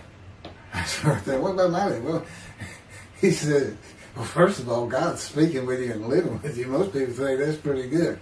I said, yeah. But anyway, here's something he's promised me that he lets me check out all the time. And I'm going to put on the screen.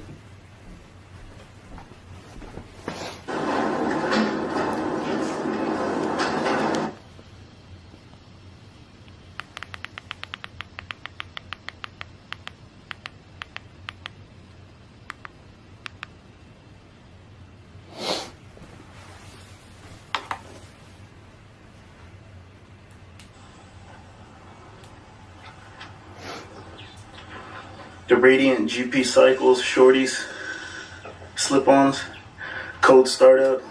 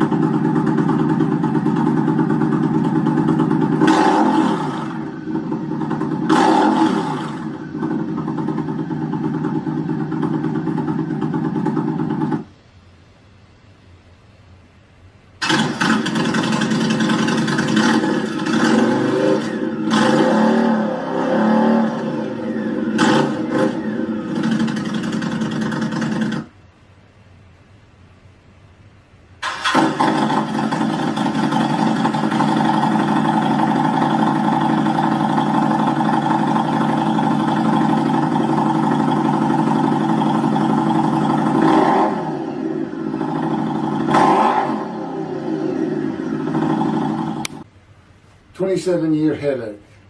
Chapter 5 of the life of God's righteous servant of Isaiah 53.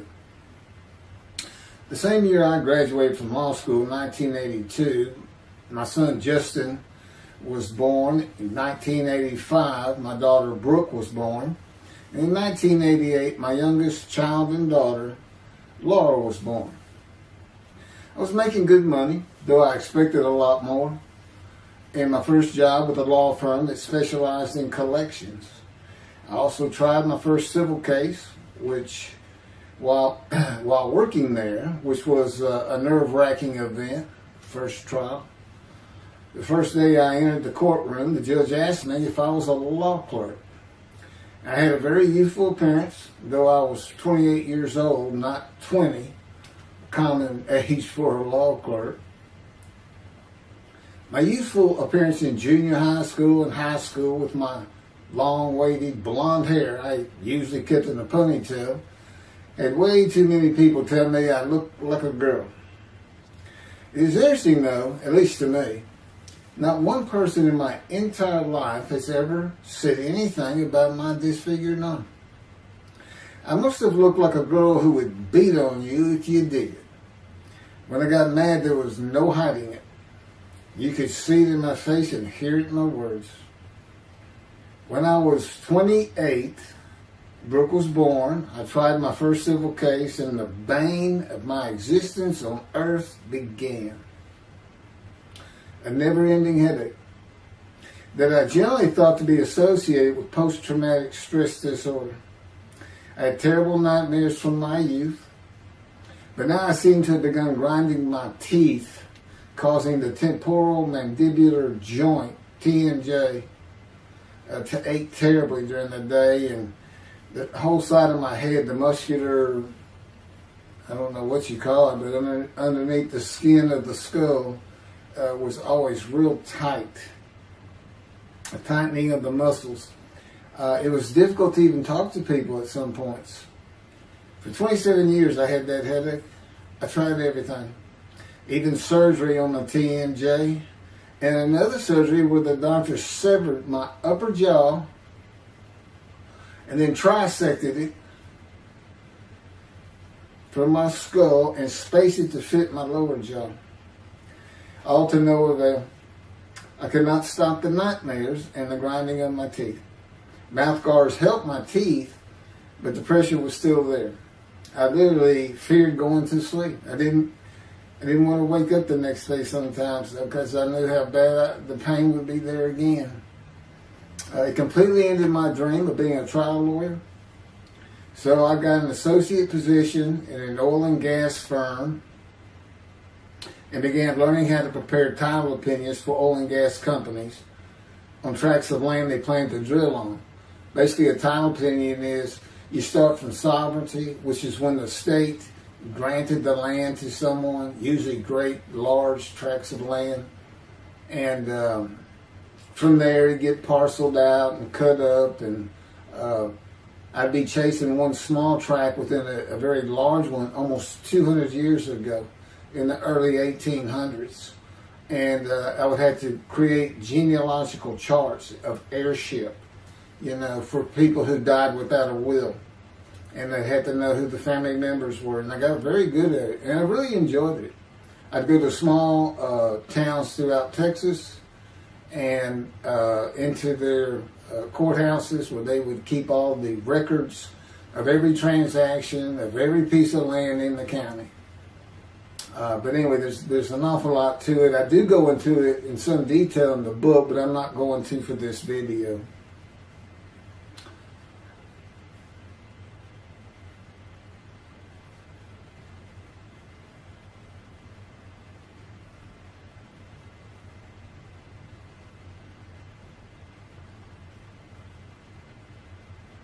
Eventually, I had my own firm.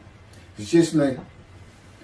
In my own office, and I was doing very well, though billing hours for title work is generally lower than other areas of the law, by the hour. But I had also been involved in multi-million-dollar sales of production between oil and gas companies, probated wills, prepared affidavits of heirship, worked with landmen to fix title defects, appellate work, including arguments before justices, plea bargaining criminal cases for defendants, and anything else that came my way. Then it all stopped, and once again I was fighting for my life in 2001. This is chapter 6, skin, colon, and lung cancer. Oh, just God would have me tell you, he gave me those headaches. When he came to me, I stopped having nightmares. He provides my dreams for me now, and often as a learning experience. But the grinding of the teeth, everything stopped, and I thought it was just because I wasn't having nightmares, and took away any symptoms of PTSD, for which I was receiving money from an insurance company for disability, partial disability. And that went on for about 7 years. Then one day we're out walking, year 7 of 13, and I had that headache. It just came, and I just stopped. And I said, "You got to be kidding. You did not give me those headaches." He said, "Yes, I did. It's necessary. You are considered the suffering servant of Isaiah 53. You had to suffer your entire life until you're suitable for my purpose," and that includes fitting every verse of Isaiah 53. At that time, I had finally read it, 7 years into all this. It was about year 2, I think. But yeah, he did. And, I ended up taking painkillers left and right and drinking with it, as so many people do. I was able to maintain, my life, my work, and everything, but it was enough to put the strain on my marriage that I pretty much blamed myself for it. And I told him I did it. That's the only time I got hot. Disfigure me, gut shot, those things, they didn't bother me. But I said, you hurt my children terribly with that, because I became a bad father. I wasn't the father I could be.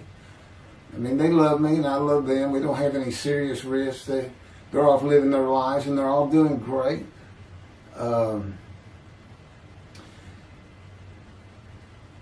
But if they consider themselves anything, they're Christians. And although I don't think any of them are overtly religious, or that they're in church every Sunday or anything like that, but when I started going to the conservative synagogue here in town, and I told them I was converting to be Jewish, they're pretty much just saying I would be a Jew, I guess. I'm not sure that I didn't believe in Jesus. It was probably more of it, God says. But really haven't talked to them much at all in 7 or 8 years. But anyway, so God gave me the headaches just to make sure.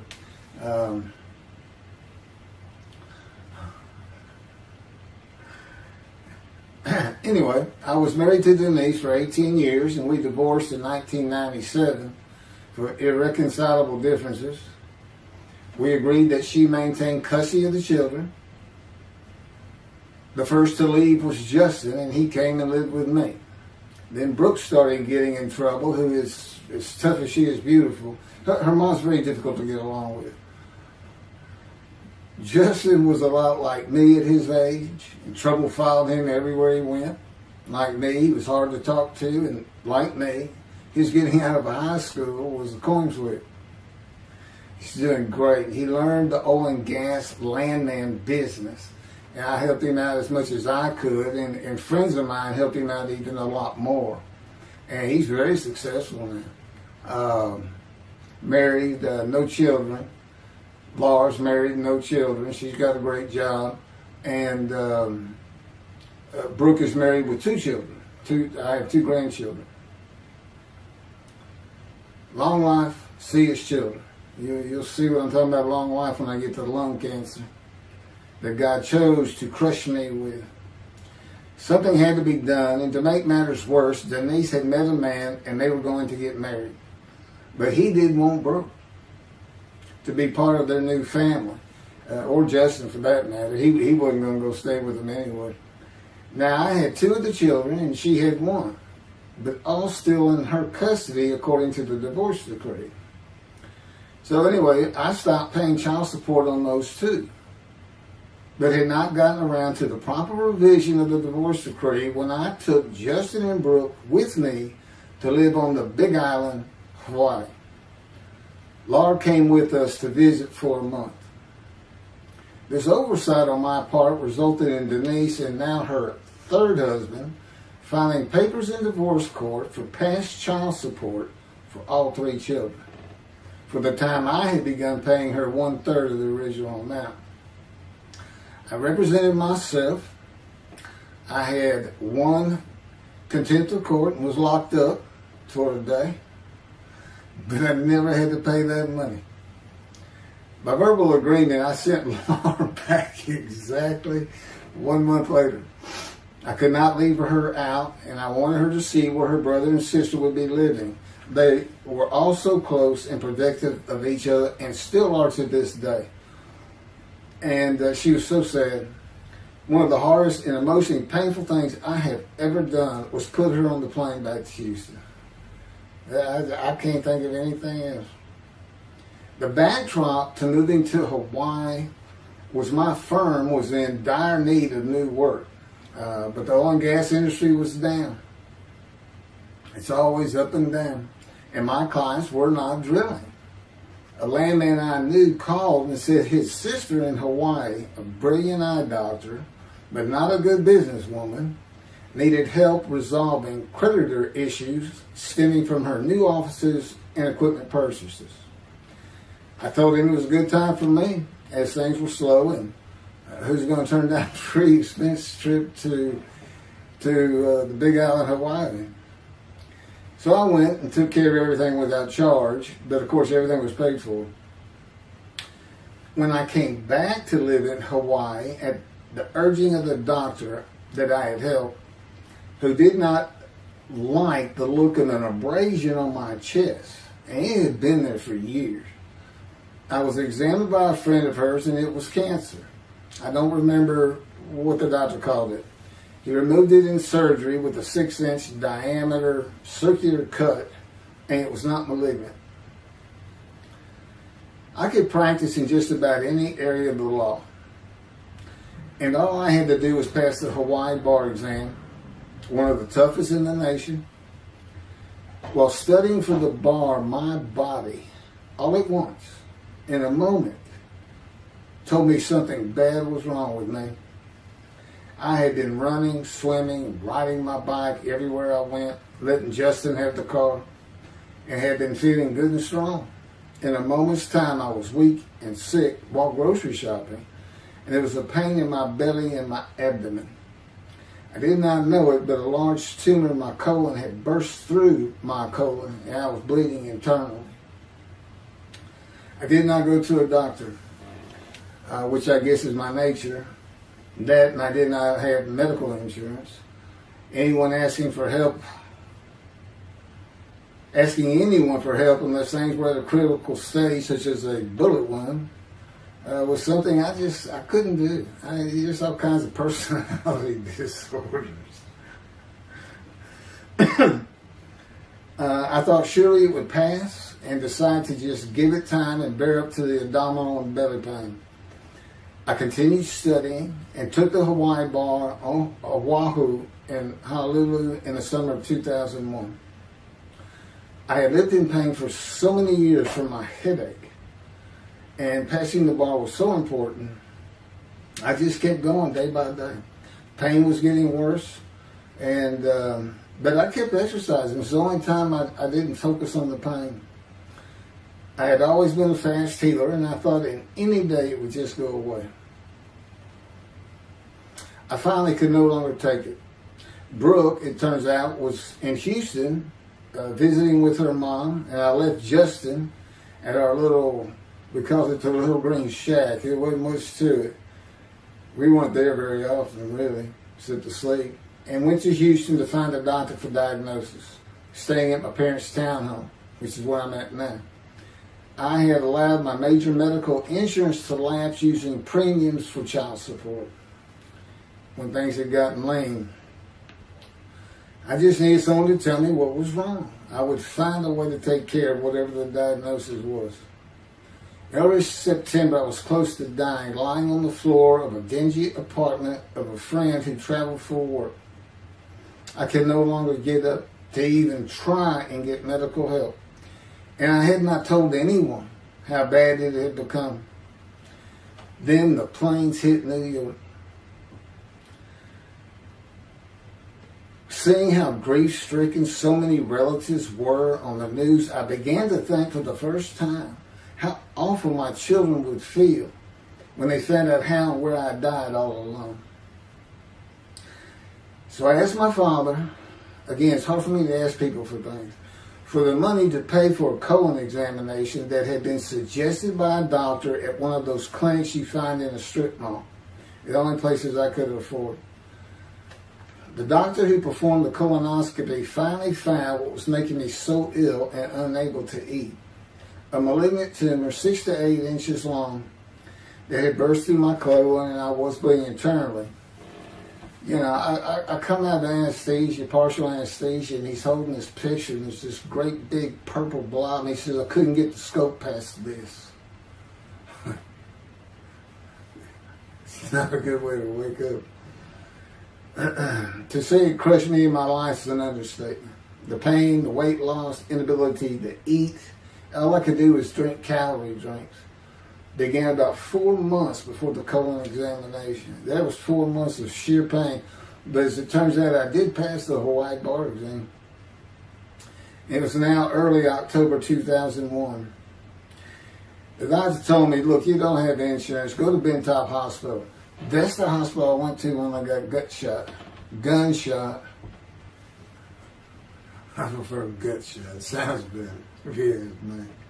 And he gave me the pictures from the procedure showing what he could not get the scope past. Just shaking his head and saying, you should have come in much earlier.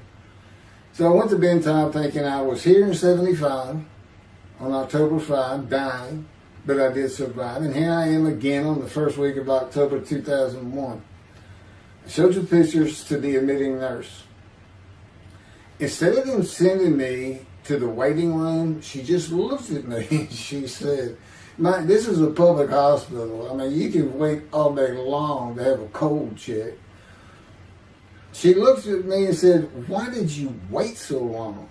And how are you still alive? And I told her, I have no idea. She did not send me to the waiting room, but had an orderly take me immediately to a room. There they hooked me up to a morphine machine where I could hit a button at a time interval I can no longer remember and receive a small dose. I do know I never missed one. I was very depressed, and my parents who waited in that line for admittance with me looked so sad and depressed. It was not one of my better days, though I finally had some pain relief. Day after day, I lay there waiting for the next test they would run.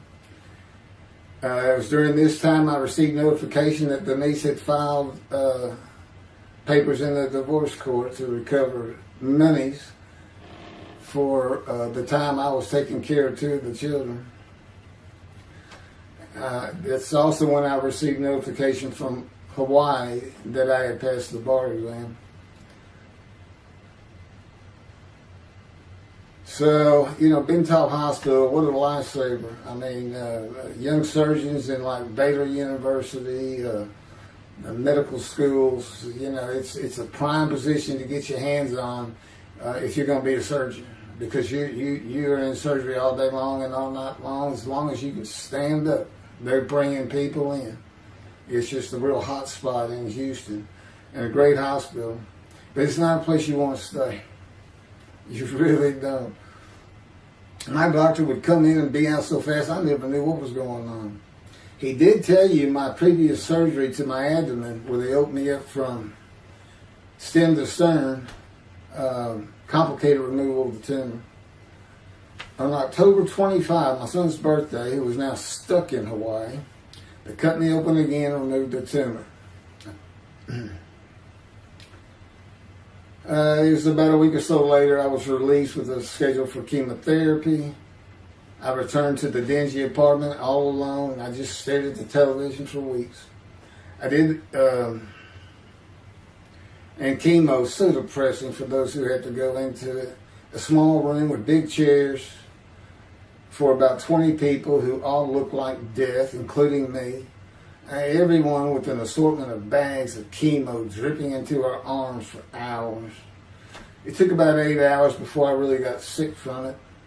And I had to park a long way to avoid paying for parking and drive a long way to the apartment. It was a very gloomy fall and winter. When I completed my chemo of once a week for 6 or 9 months, more tests were scheduled. I do not remember how many months the chemo lasted. I do remember I did not finish, missing the last 3 sessions. At the end, I could not get out of the door without bursting into tears and just not go. It just wore me down to nothing. On the bright side, it was my door. I had my own apartment called The Loft.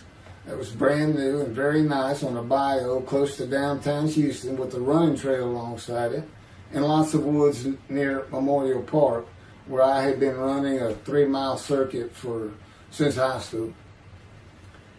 I returned to Ben Taub for follow-up tests, including x-rays on my chest, and the colon cancer had not returned then and to this day. The chest x-rays were another matter entirely. The doctor told me he had bad news and showed me the x-rays telling me the white spots I was seeing was cancer.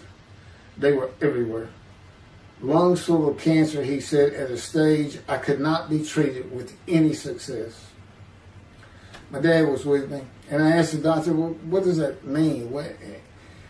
And when he said you need to prepare for death, the look on my father's face was so sad and hurt at the same time I'll never forget. And we've been through some tough things in this house. Every house we've been in. It didn't affect me one bit. I did not feel anything. I was too beat down from the chemotherapy to care, I guess. God tells me I had a lot to do with that.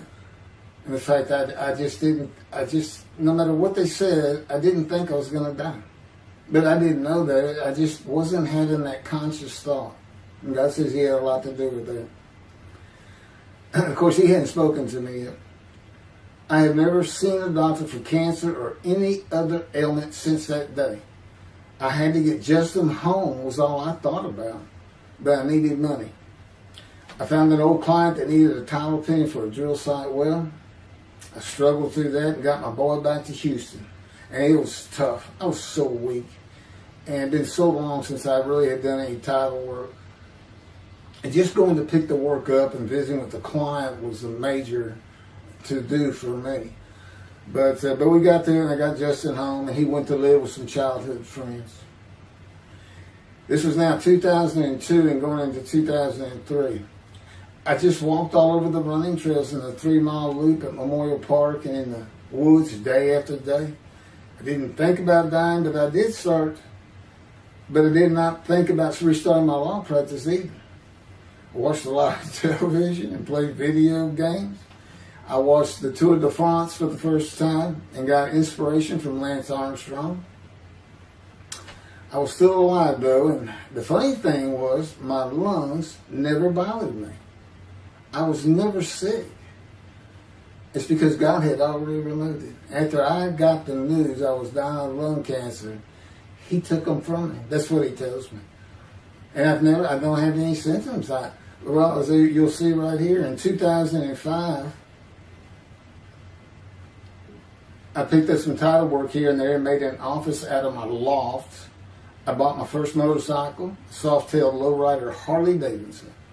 First time in many years I was happy. I love riding that bike. In 2006, I did some landman work for standard day wages and began dieting and running.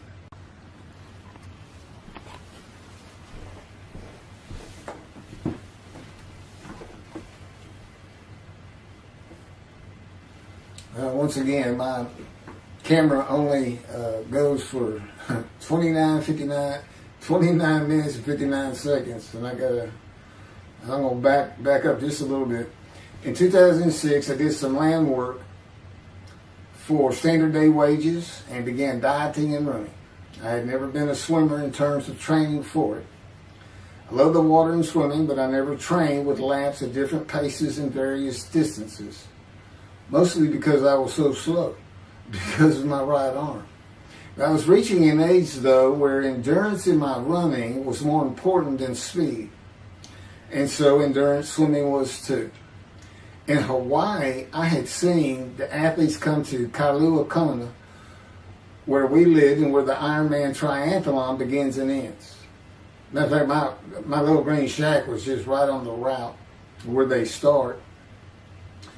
That was a fun week. It was amazing watching the athletes train and prepare for the race. I would think to myself, a human being, the human body cannot do what they are doing. Yet they were and they did. It's just amazing. I decided to learn how to swim more efficiently and how to train for distance and endurance. Get a regular and triathlon bike and enter some triathlons. I was still alive and finally a direction and purpose in my life. Training every day for long periods of time. It really helped with my headache and I slept better. In 2007, I signed up for the March 30, 2008 Lone Star Half Iron Triathlon in Galveston, Texas, and the October 5, 2008 Longhorn Ironman 70.3 in Austin, Texas. You cover 70.3 miles, and you got to do it under 8 hours.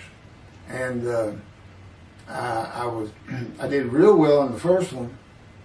As far as my time, it's 7 hours and a little bit, but I barely made it without disqualification in the one in Austin, and it was primarily because of the hills. It's this very hilly area in central Texas, I guess, but I did make it, and swore I'd never do another one. But I did that after the first one too. It's tough. My insurance was still paying for my inability to work, primarily based on the headache and a diagnosis of PTSD.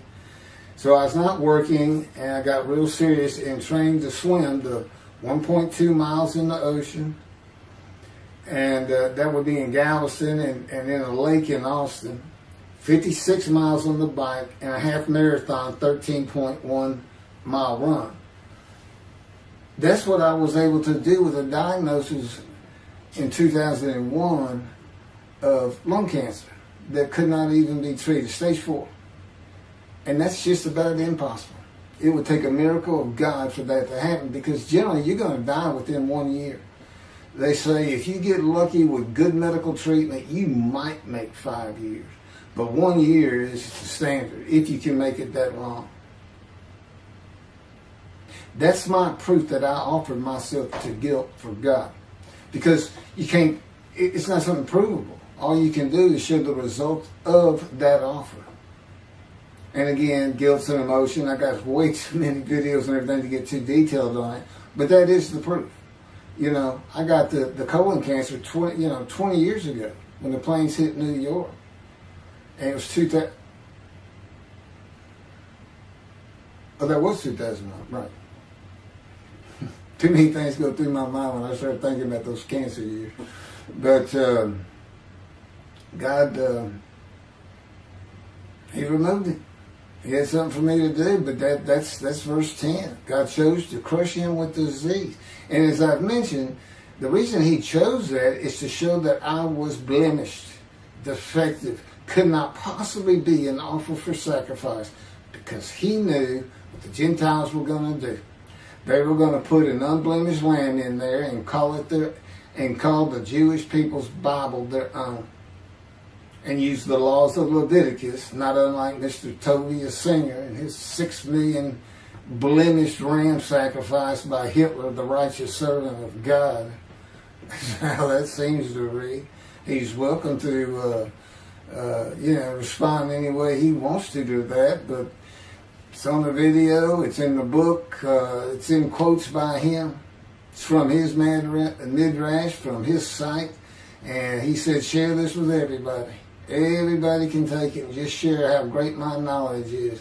Well, it's lacking in some areas. There's any question he's an intelligent man, but his reasoning capabilities, in my opinion, at least as to Isaiah 53, are severely wanting. I am that man. And God's going to give the Christians hell with it, and with me.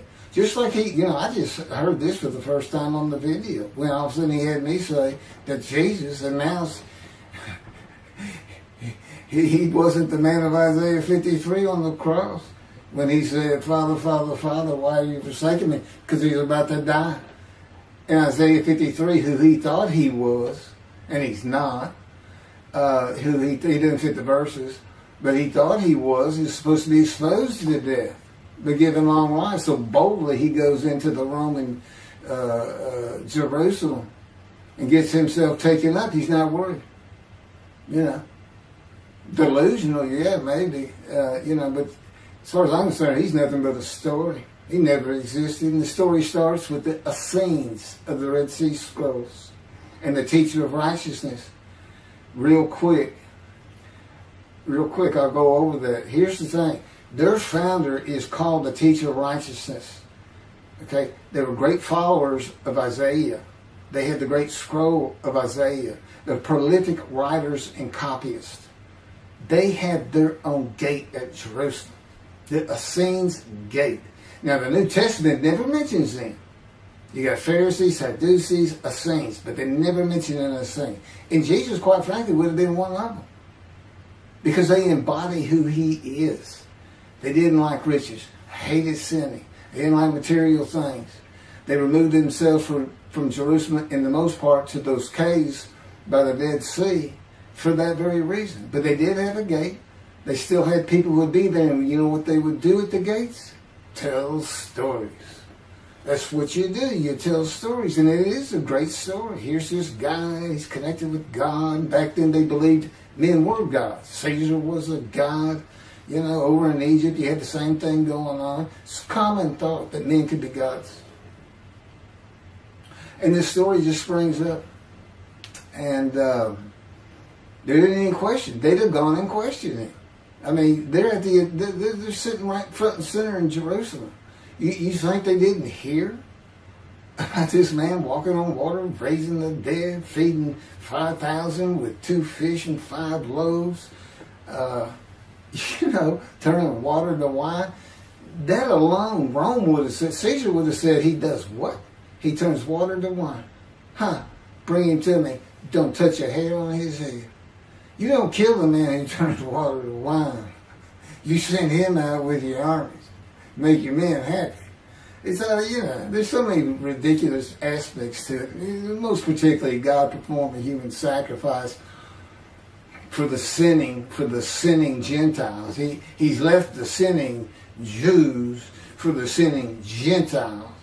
But he gives them an out, these Gentiles, not his chosen. He gives them an out. I know, I'm going to kill my son for you, so that you'll be forgiven of violating my commandments and laws. If anybody knows God, and the Jews do, and I know him like nobody's business, that's not him.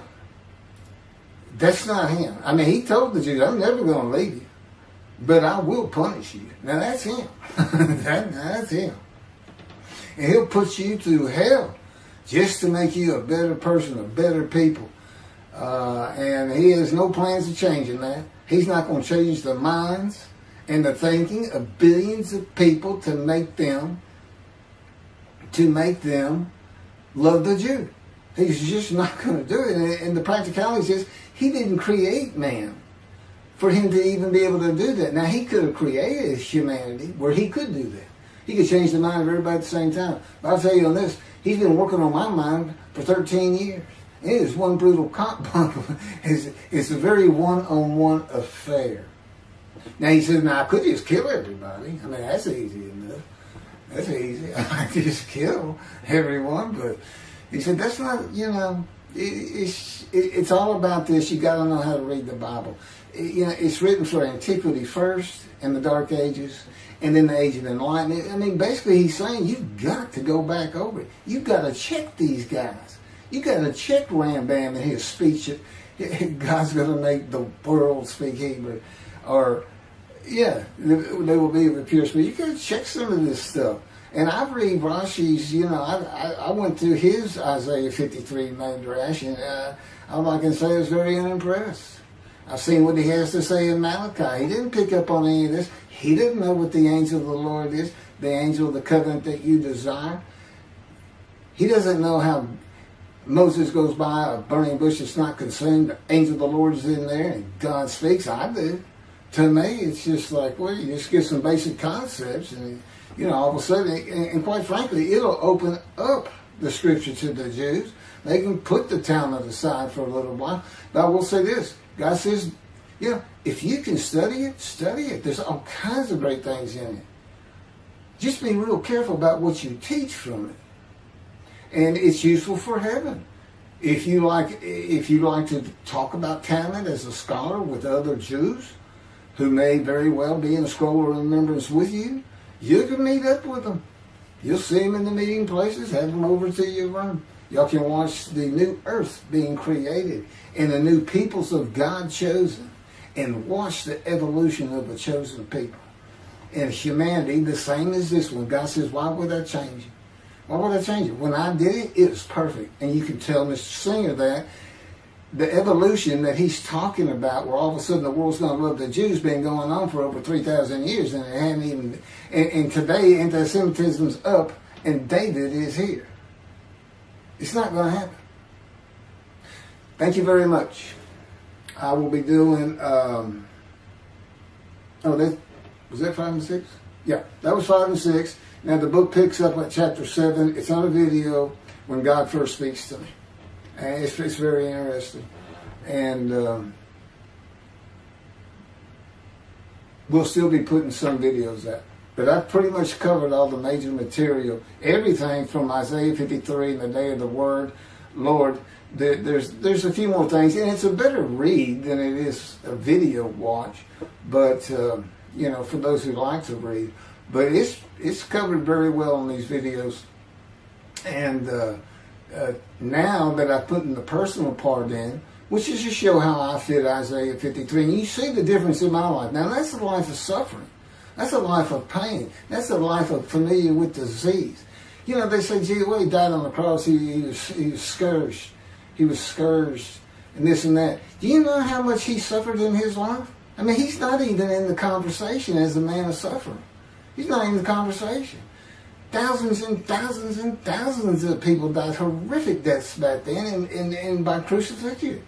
He's not the only one. This is descriptive of a man and his life, so you can find him, identify him.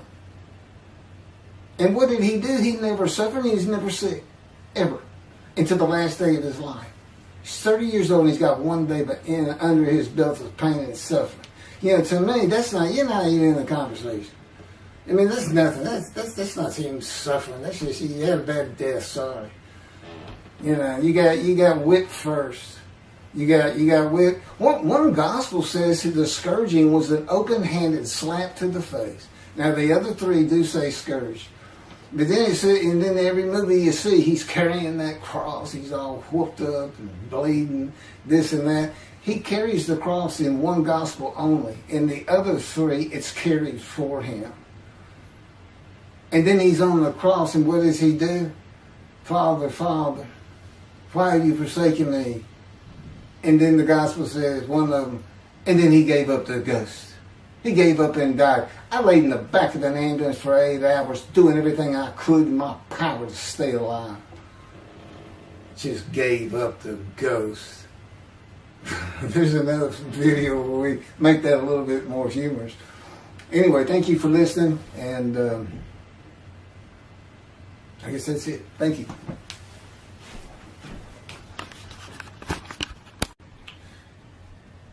This is a video that leads into a brand new, very distinct, not heard from before, commentary on Isaiah 53, which begins actually in Isaiah 52.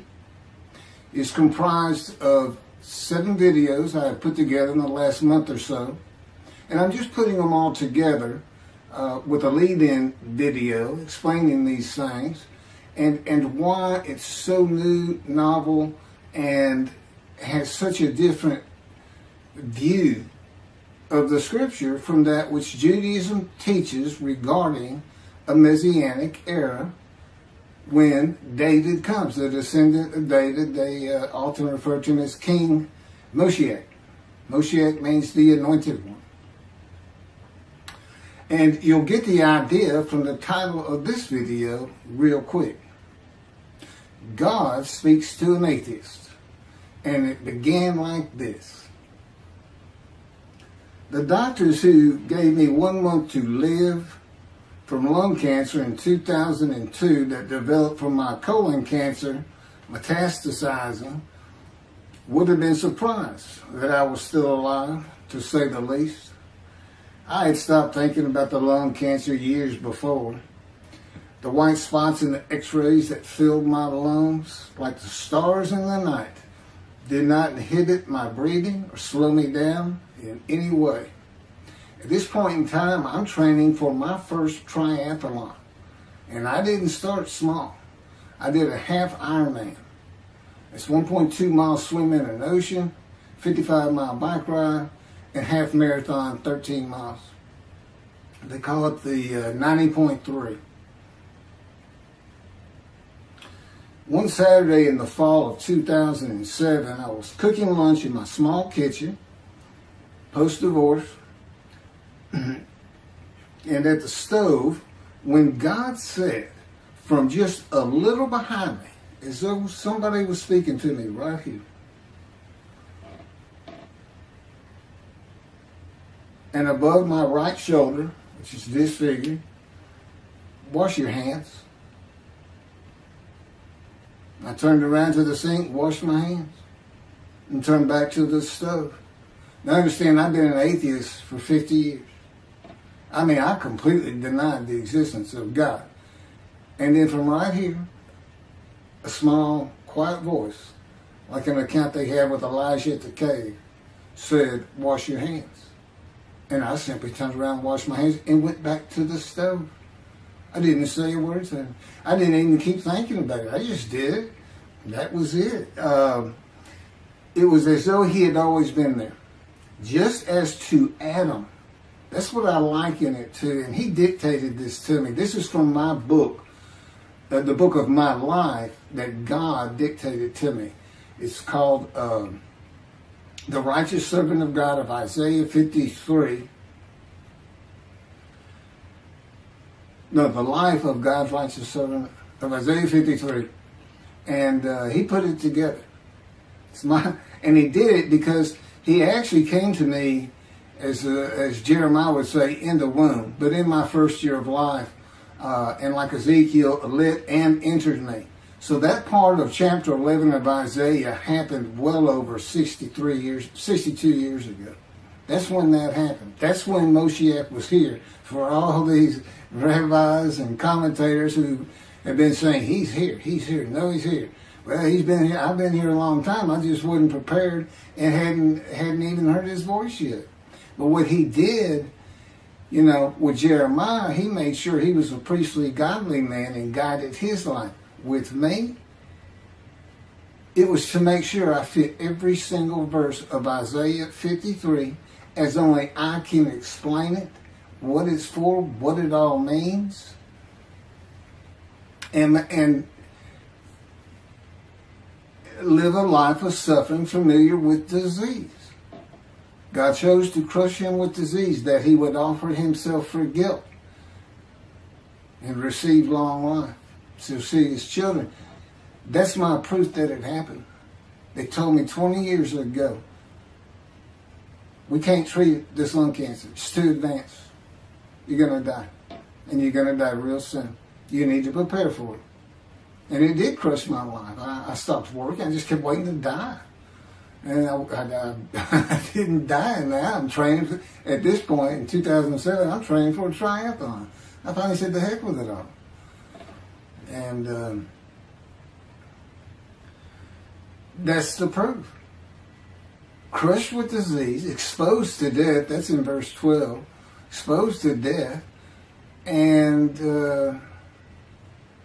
here I am, 20 years later, still going. Hadn't seen a doctor since. Never received any treatment, which is unheard of with lung cancer. And I had colon cancer before that, and I had skin cancer. I'm a man familiar with disease, that God chose to crush the disease. And these 7 videos put together as one, obviously I wouldn't ask or want, and I couldn't do it, to listen to them all at one time. But I know you can mark your spots and everything. But it was spread out in 7 different videos, and I thought, well, the next video I'll do, I'll have a preamble to it and explain. This is not fooling around. Once you learn my version, which comes from God, of when Moshiach comes, the day of the Lord, which is left out of the Messianic era.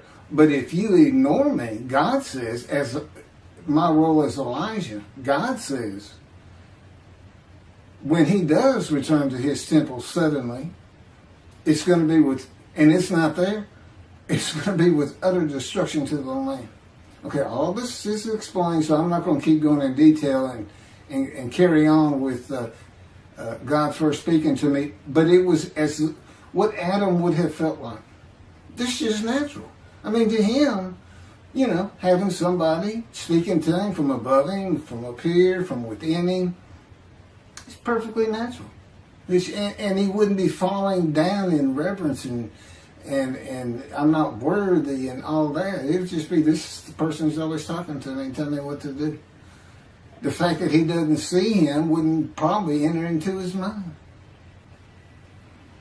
Just, you know, that's just the natural order of the world for Adam and me. Particularly today, 13 years later. Still in God's fire of refinement, preparing me. And now we have the books, they're unpublished. Jewish publisher, Christian publishers, I dare not even send it to them. Because how harsh I am on Jesus Christ, who said he was the man of Isaiah 53. And it's because of him I had to get crushed with cancer. That's what that's all about. God doesn't have to crush you to make you offer yourself for guilt.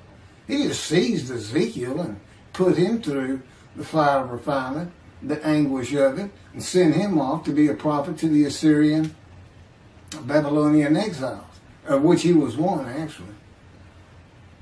The book of Ezekiel is the key to Isaiah 53. That's my backup. See, God, these videos, everything, the way where he put angel of his presence and Holy Spirit, that Judaism doesn't recognize. A host of the Lord's host. It's in the book of Joshua, one time. He did it so they wouldn't find it. He knew what this was going to be about. These are my proofs. This is what it's all about. He set it up for me to be this controversial. You just got to take the Messianic era of Judaism and toss it out the window.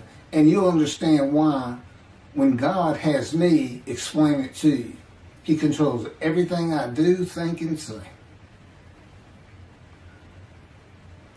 Finishing preparing lunch and ready to watch a Texas A&M football game, I headed to the living room and God said, get a napkin.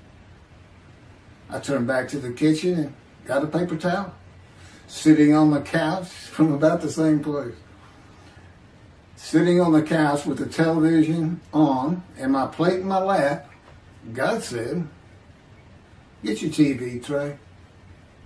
I got up, set my TV tray in front of me, and placed my plate on it, began eating and watching the game. That night, I was in bed reading a book. From the doorway, God said, tomorrow we're going to Bed Bath & Beyond, the store, to buy a shower curtain, sheets, pillowcases, and shop in general for things that you need. I said, okay, and continued reading my book. That's God spoke to an atheist. That's how it started. We call it the early years now when we talk about it. It was so different from the way things are and all the same in the same breath.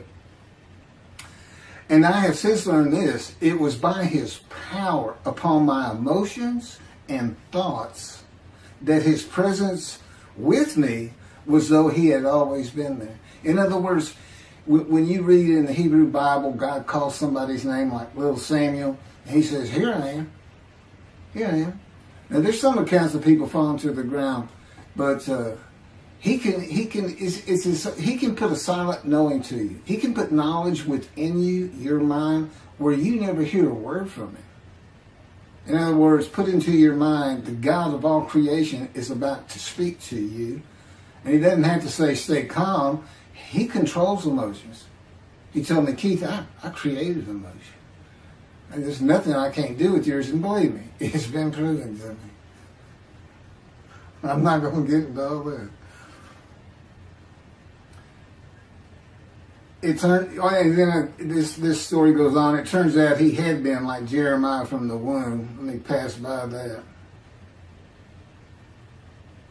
I've never been affiliated with any church or synagogue. I've never had any teaching from yeshiva or seminary. Throughout my life, I did not. Let's put it this way. I was the actual opposite of Jesus Christ. Actual opposite. I'm a sinner. You know, I mean, he took me back. He said, look, you know, because I said, well, I wasn't that bad of a sinner. What? He says, really? Here we go off in vision like the story of Scrooge and the Ghost of Christmas Past. I started getting smart with him. This is us talking friend to friend. I can talk to him like he's just a buddy sometimes. There is a line I know not to cross. I said, why would you call that a sin? Why is that a sin? He said, Keith, it's a sin. You lied. I said, yeah, but if I didn't lie, I was going to jail.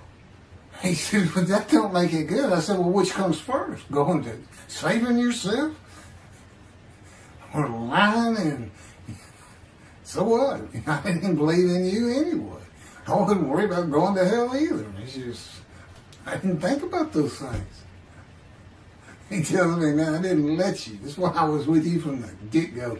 He wanted me to be fresh. No preordained, settled in thoughts and beliefs on anything. And of course, I grew up in Texas for the most part, so it would have been Christianity.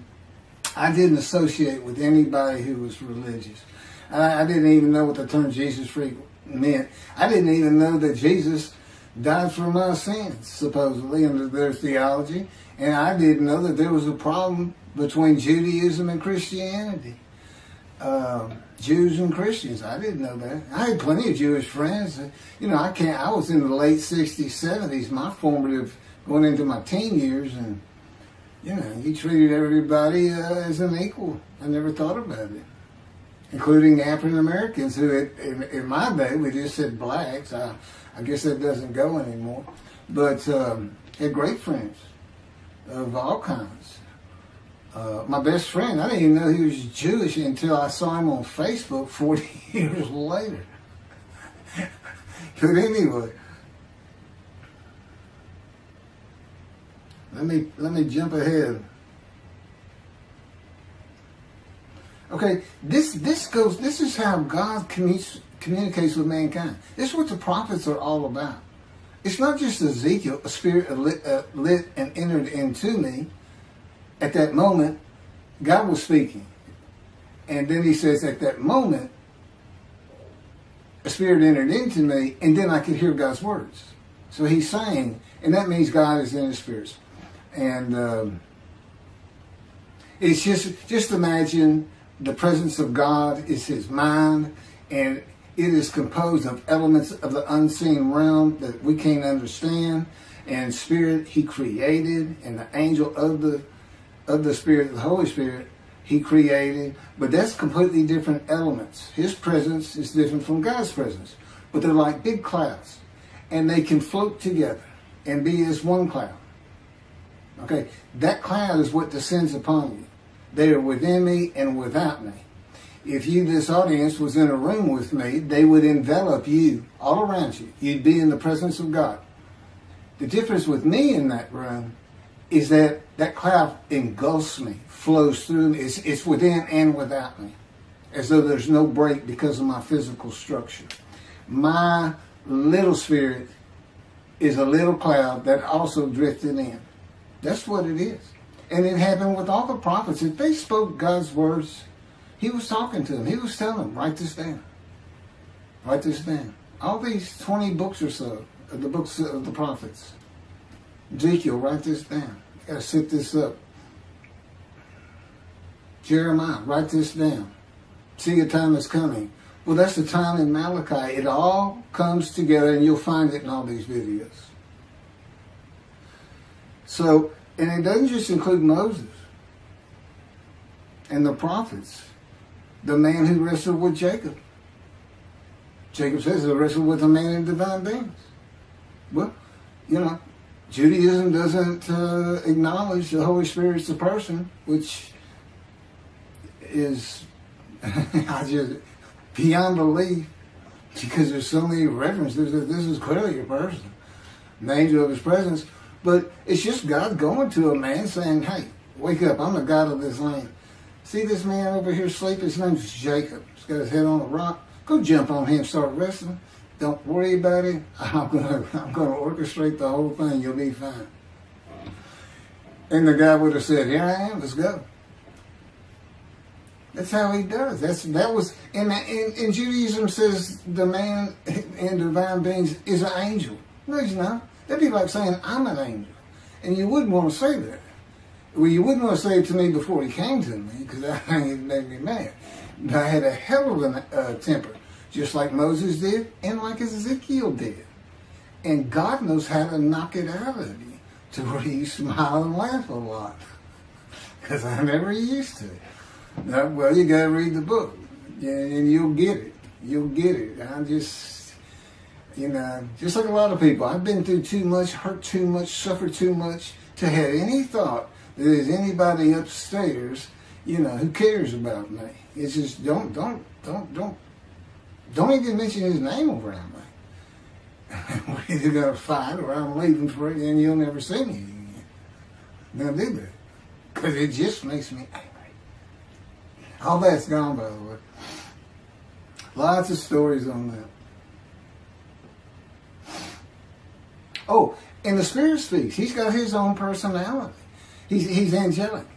He has a very childlike voice, and he's just nothing but a ball of humor. He has me say he's the greatest comedian of all times of the universe, and he's just a joy to talk to and be. And he has the smarts of God, as he tells me. But I have instant communication with him. I have instant communication with God. It's like there's three persons in my mind. This one cloud is three clouds. It's two spirits and the elements of God's mind.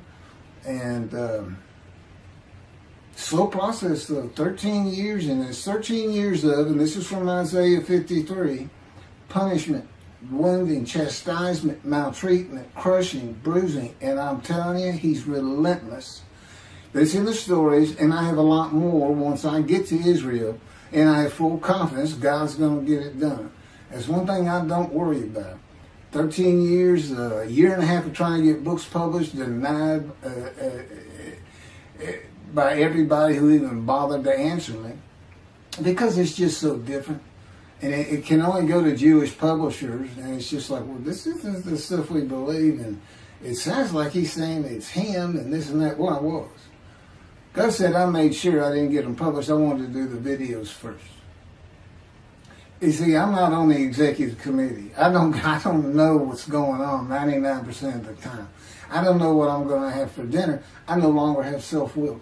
I can't ask him for anything. And there's all kinds of reasons for that, such as, if one of my kids gets sick and he doesn't heal them up, cancer or something, am I going to be disappointed? Am I going to be hurt? The answer is no. He's trained me too well to even bother asking. If he's going to do it, he's going to do it. I know he has the knowledge, and he's right here with me.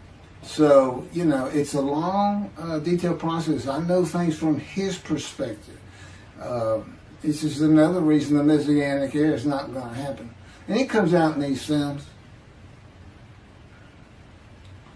But the Holy Spirit, the angel of his presence, we're friends. God says, I can't be friends with human beings. I said, well, we're friendly with each other. He said, yes, that's right. I said, I Googled this, and technically you are my friend. He said, well, I know, but I just don't acknowledge you. I said, why? He said, because I'm God. That's the way I am. I get to do whatever I want. Now, he's just messing with me. It's just like having a friend. Of course, it's a true statement. He can do whatever he wants. But he's pretty stately and regal. But, again, we live together. I've lived with him for 13 years now. And it's never going to end until I die. I wouldn't even know what to do. He said, if I let you, you're going to fall down dead. You're not supposed to be alive. I keep you alive. He said, I took that cancer from you, but I just put it back in if you do something that makes me want to leave. I said, well, what am I going to do? No self-will. To an extent, no self-thought. And I told him, I'm not even a human being anymore. He said, well, what are you? I said, I don't know. I'm a man and divine beings, but I'm not a human. I don't have self-will. That's what distinguishes a human being from an animal. He said, but I'm being the human for you. I'm providing your self-will. So you do, in a way, have it. So you're still a human being. I said, well, I'm dead. He said, why are you dead? I said, because it's like my brain's not connected to my spirit anymore. It's like you're sending all the information in. And that's about heaven. I haven't lived the existence in heaven as to my thoughts, because in heaven you won't have a mind. The heaven for the Jewish people only, I might add. You won't have a mind. God's got to provide it for you. He's got to be you for you as a completely new and different creature, but still you. It's a very amazing story on how that does. And I'm taught all these things and literally experience them, not only in the real, but in visions. I've had more visions than, if you count every single vision in the Hebrew Bible and the New Testament, I've had easily double that. And I'm a walking visual. God's communication, and this actually shows up in the story of Moses. He won't let me tell right now. But he puts images in your mind.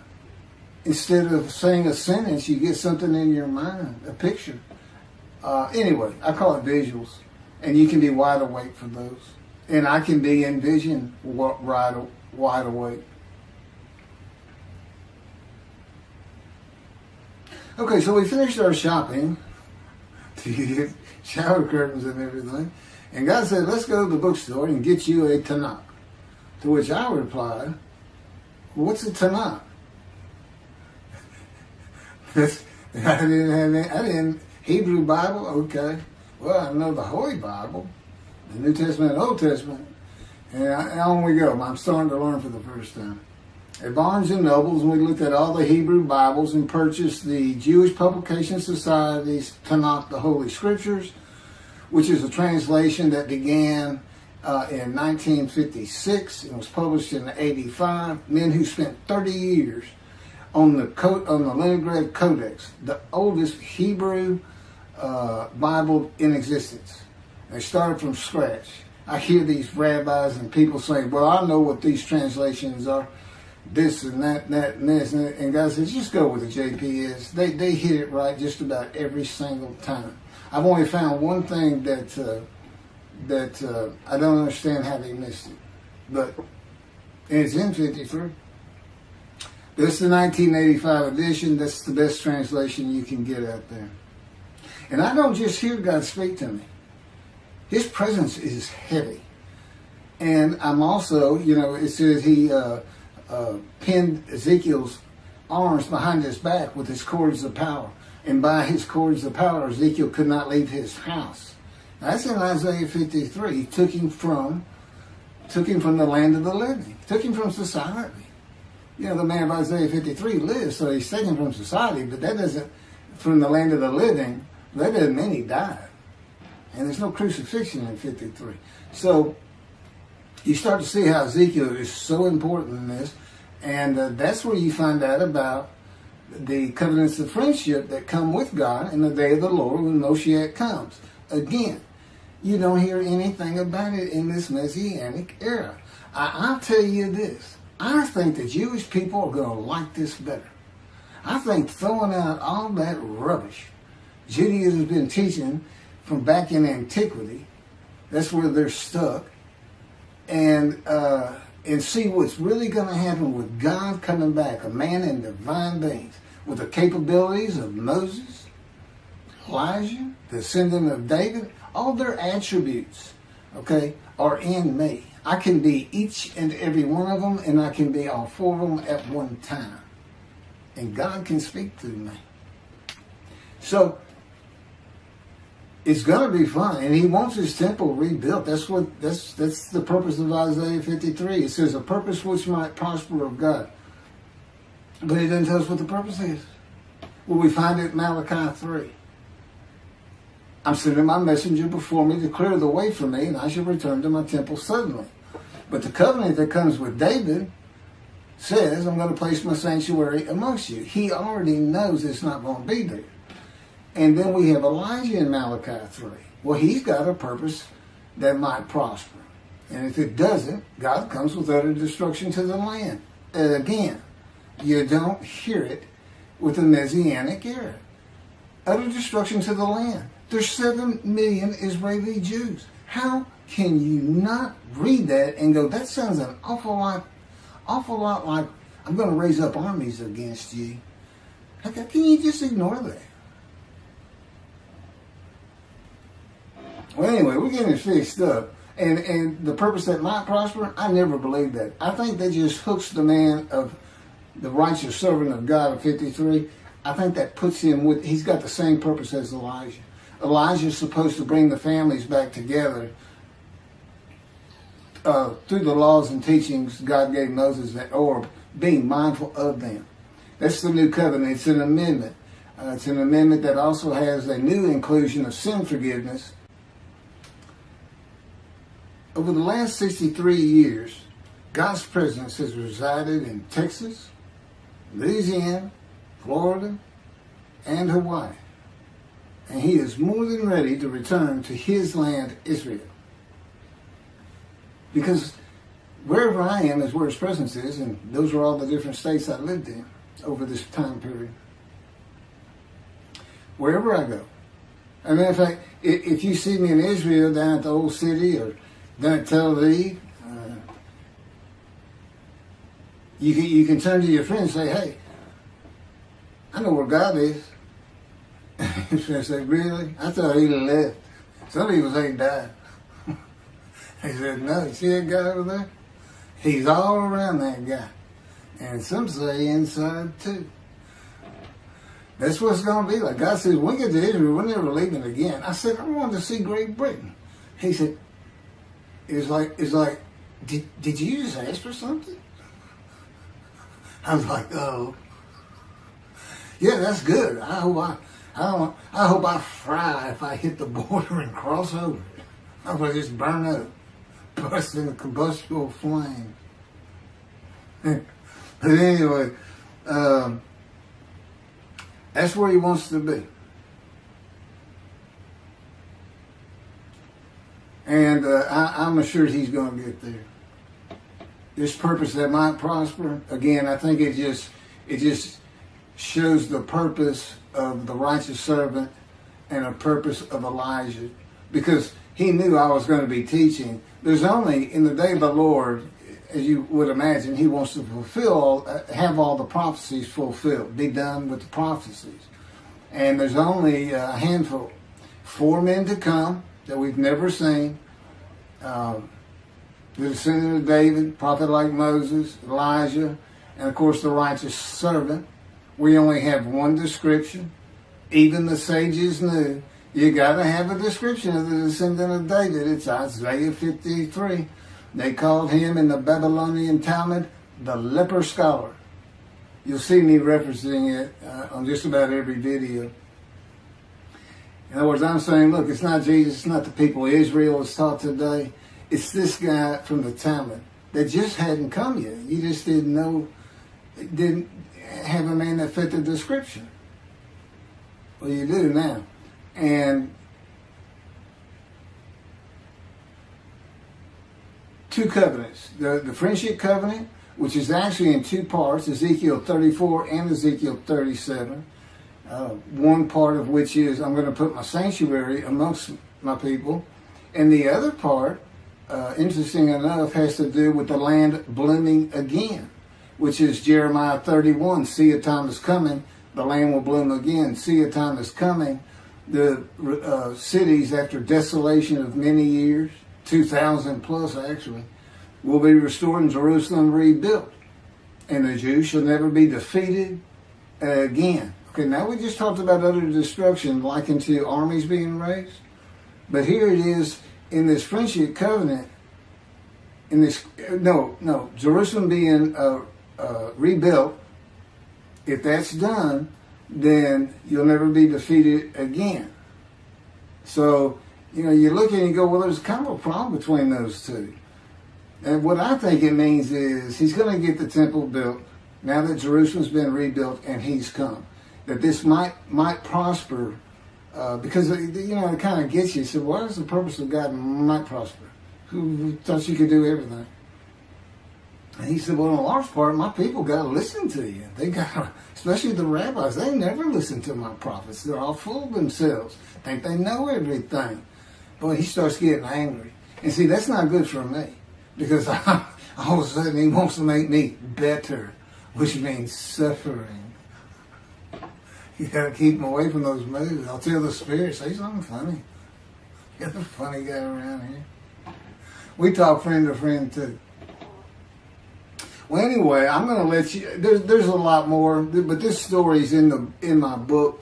Hopefully, after spending time and understanding who I am, that this is here. It's happening. I don't care what the rabbis think or say. Look, I'm a prophet of God. I'm a man in divine things. If I say something contrary to what they think and say and believe, they're wrong automatically. It's a given because God is the one telling me all these things. It's His book. They're wrong automatically. And He is livid that I'm having this problem with Isaiah 53 being the people Israel. Well, it's in the videos, but you ought to see the arguments they really put back before that for Isaiah 53:10 and other verses. Rabbi Tovia Singer, Irish Judaism, he went Christian. The Christians went to the laws of Leviticus, animal sacrificial laws, and said Jesus is the unblemished lamb. That's why, and they're using, Leviticus where you could offer a lamb and for unintentional sins, but nevertheless, they turned it into he was a human sacrifice, which he says himself. He says, God no longer wants bulls and goats for sin. He prepares my body for sacrifice. It's human sacrifice, and God made the sacrifice to Gentiles so they didn't have to obey His commandments and laws. From an atheist who comes in with no religious background, I read that and I look up face to face with God wherever He is at that moment, and I say, you got to be kidding me. People believe this? He said about 2 billion right now. He said, I'm not going to bother trying to tell you how many there's been in 2,000 years. God made a human sacrifice to me so I can go to heaven and I can go kill somebody if I want to. I can go rob someone. I can go beat my wife and my kids. I accept Jesus again. God was teaching me the New Testament, and this guy at one of these mega churches came up to me and says, you know, if you do accept Jesus Christ, you're not just forgiven of all sins that you have committed. You're forgiven of every sin you're going to do in the future. I said, really? He said, yes, really. He said, Jesus knows you're going to do it, and he already forgave you. I said, wow, okay. So if you're a Christian, you can just sin all the time, because Jesus knew you were going to do it. I hadn't actually heard that taught, but that's the effect of it. Okay. Next year in Jerusalem. Enjoy the books. Don't try to listen to the videos. Don't try to watch them all at one time. But what I did is I put them together for you in the order they should be.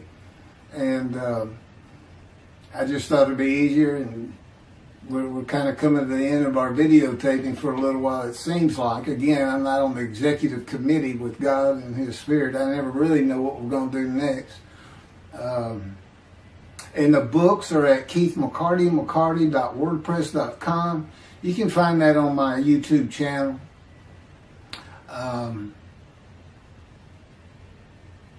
guess that's about it. Thank you very much.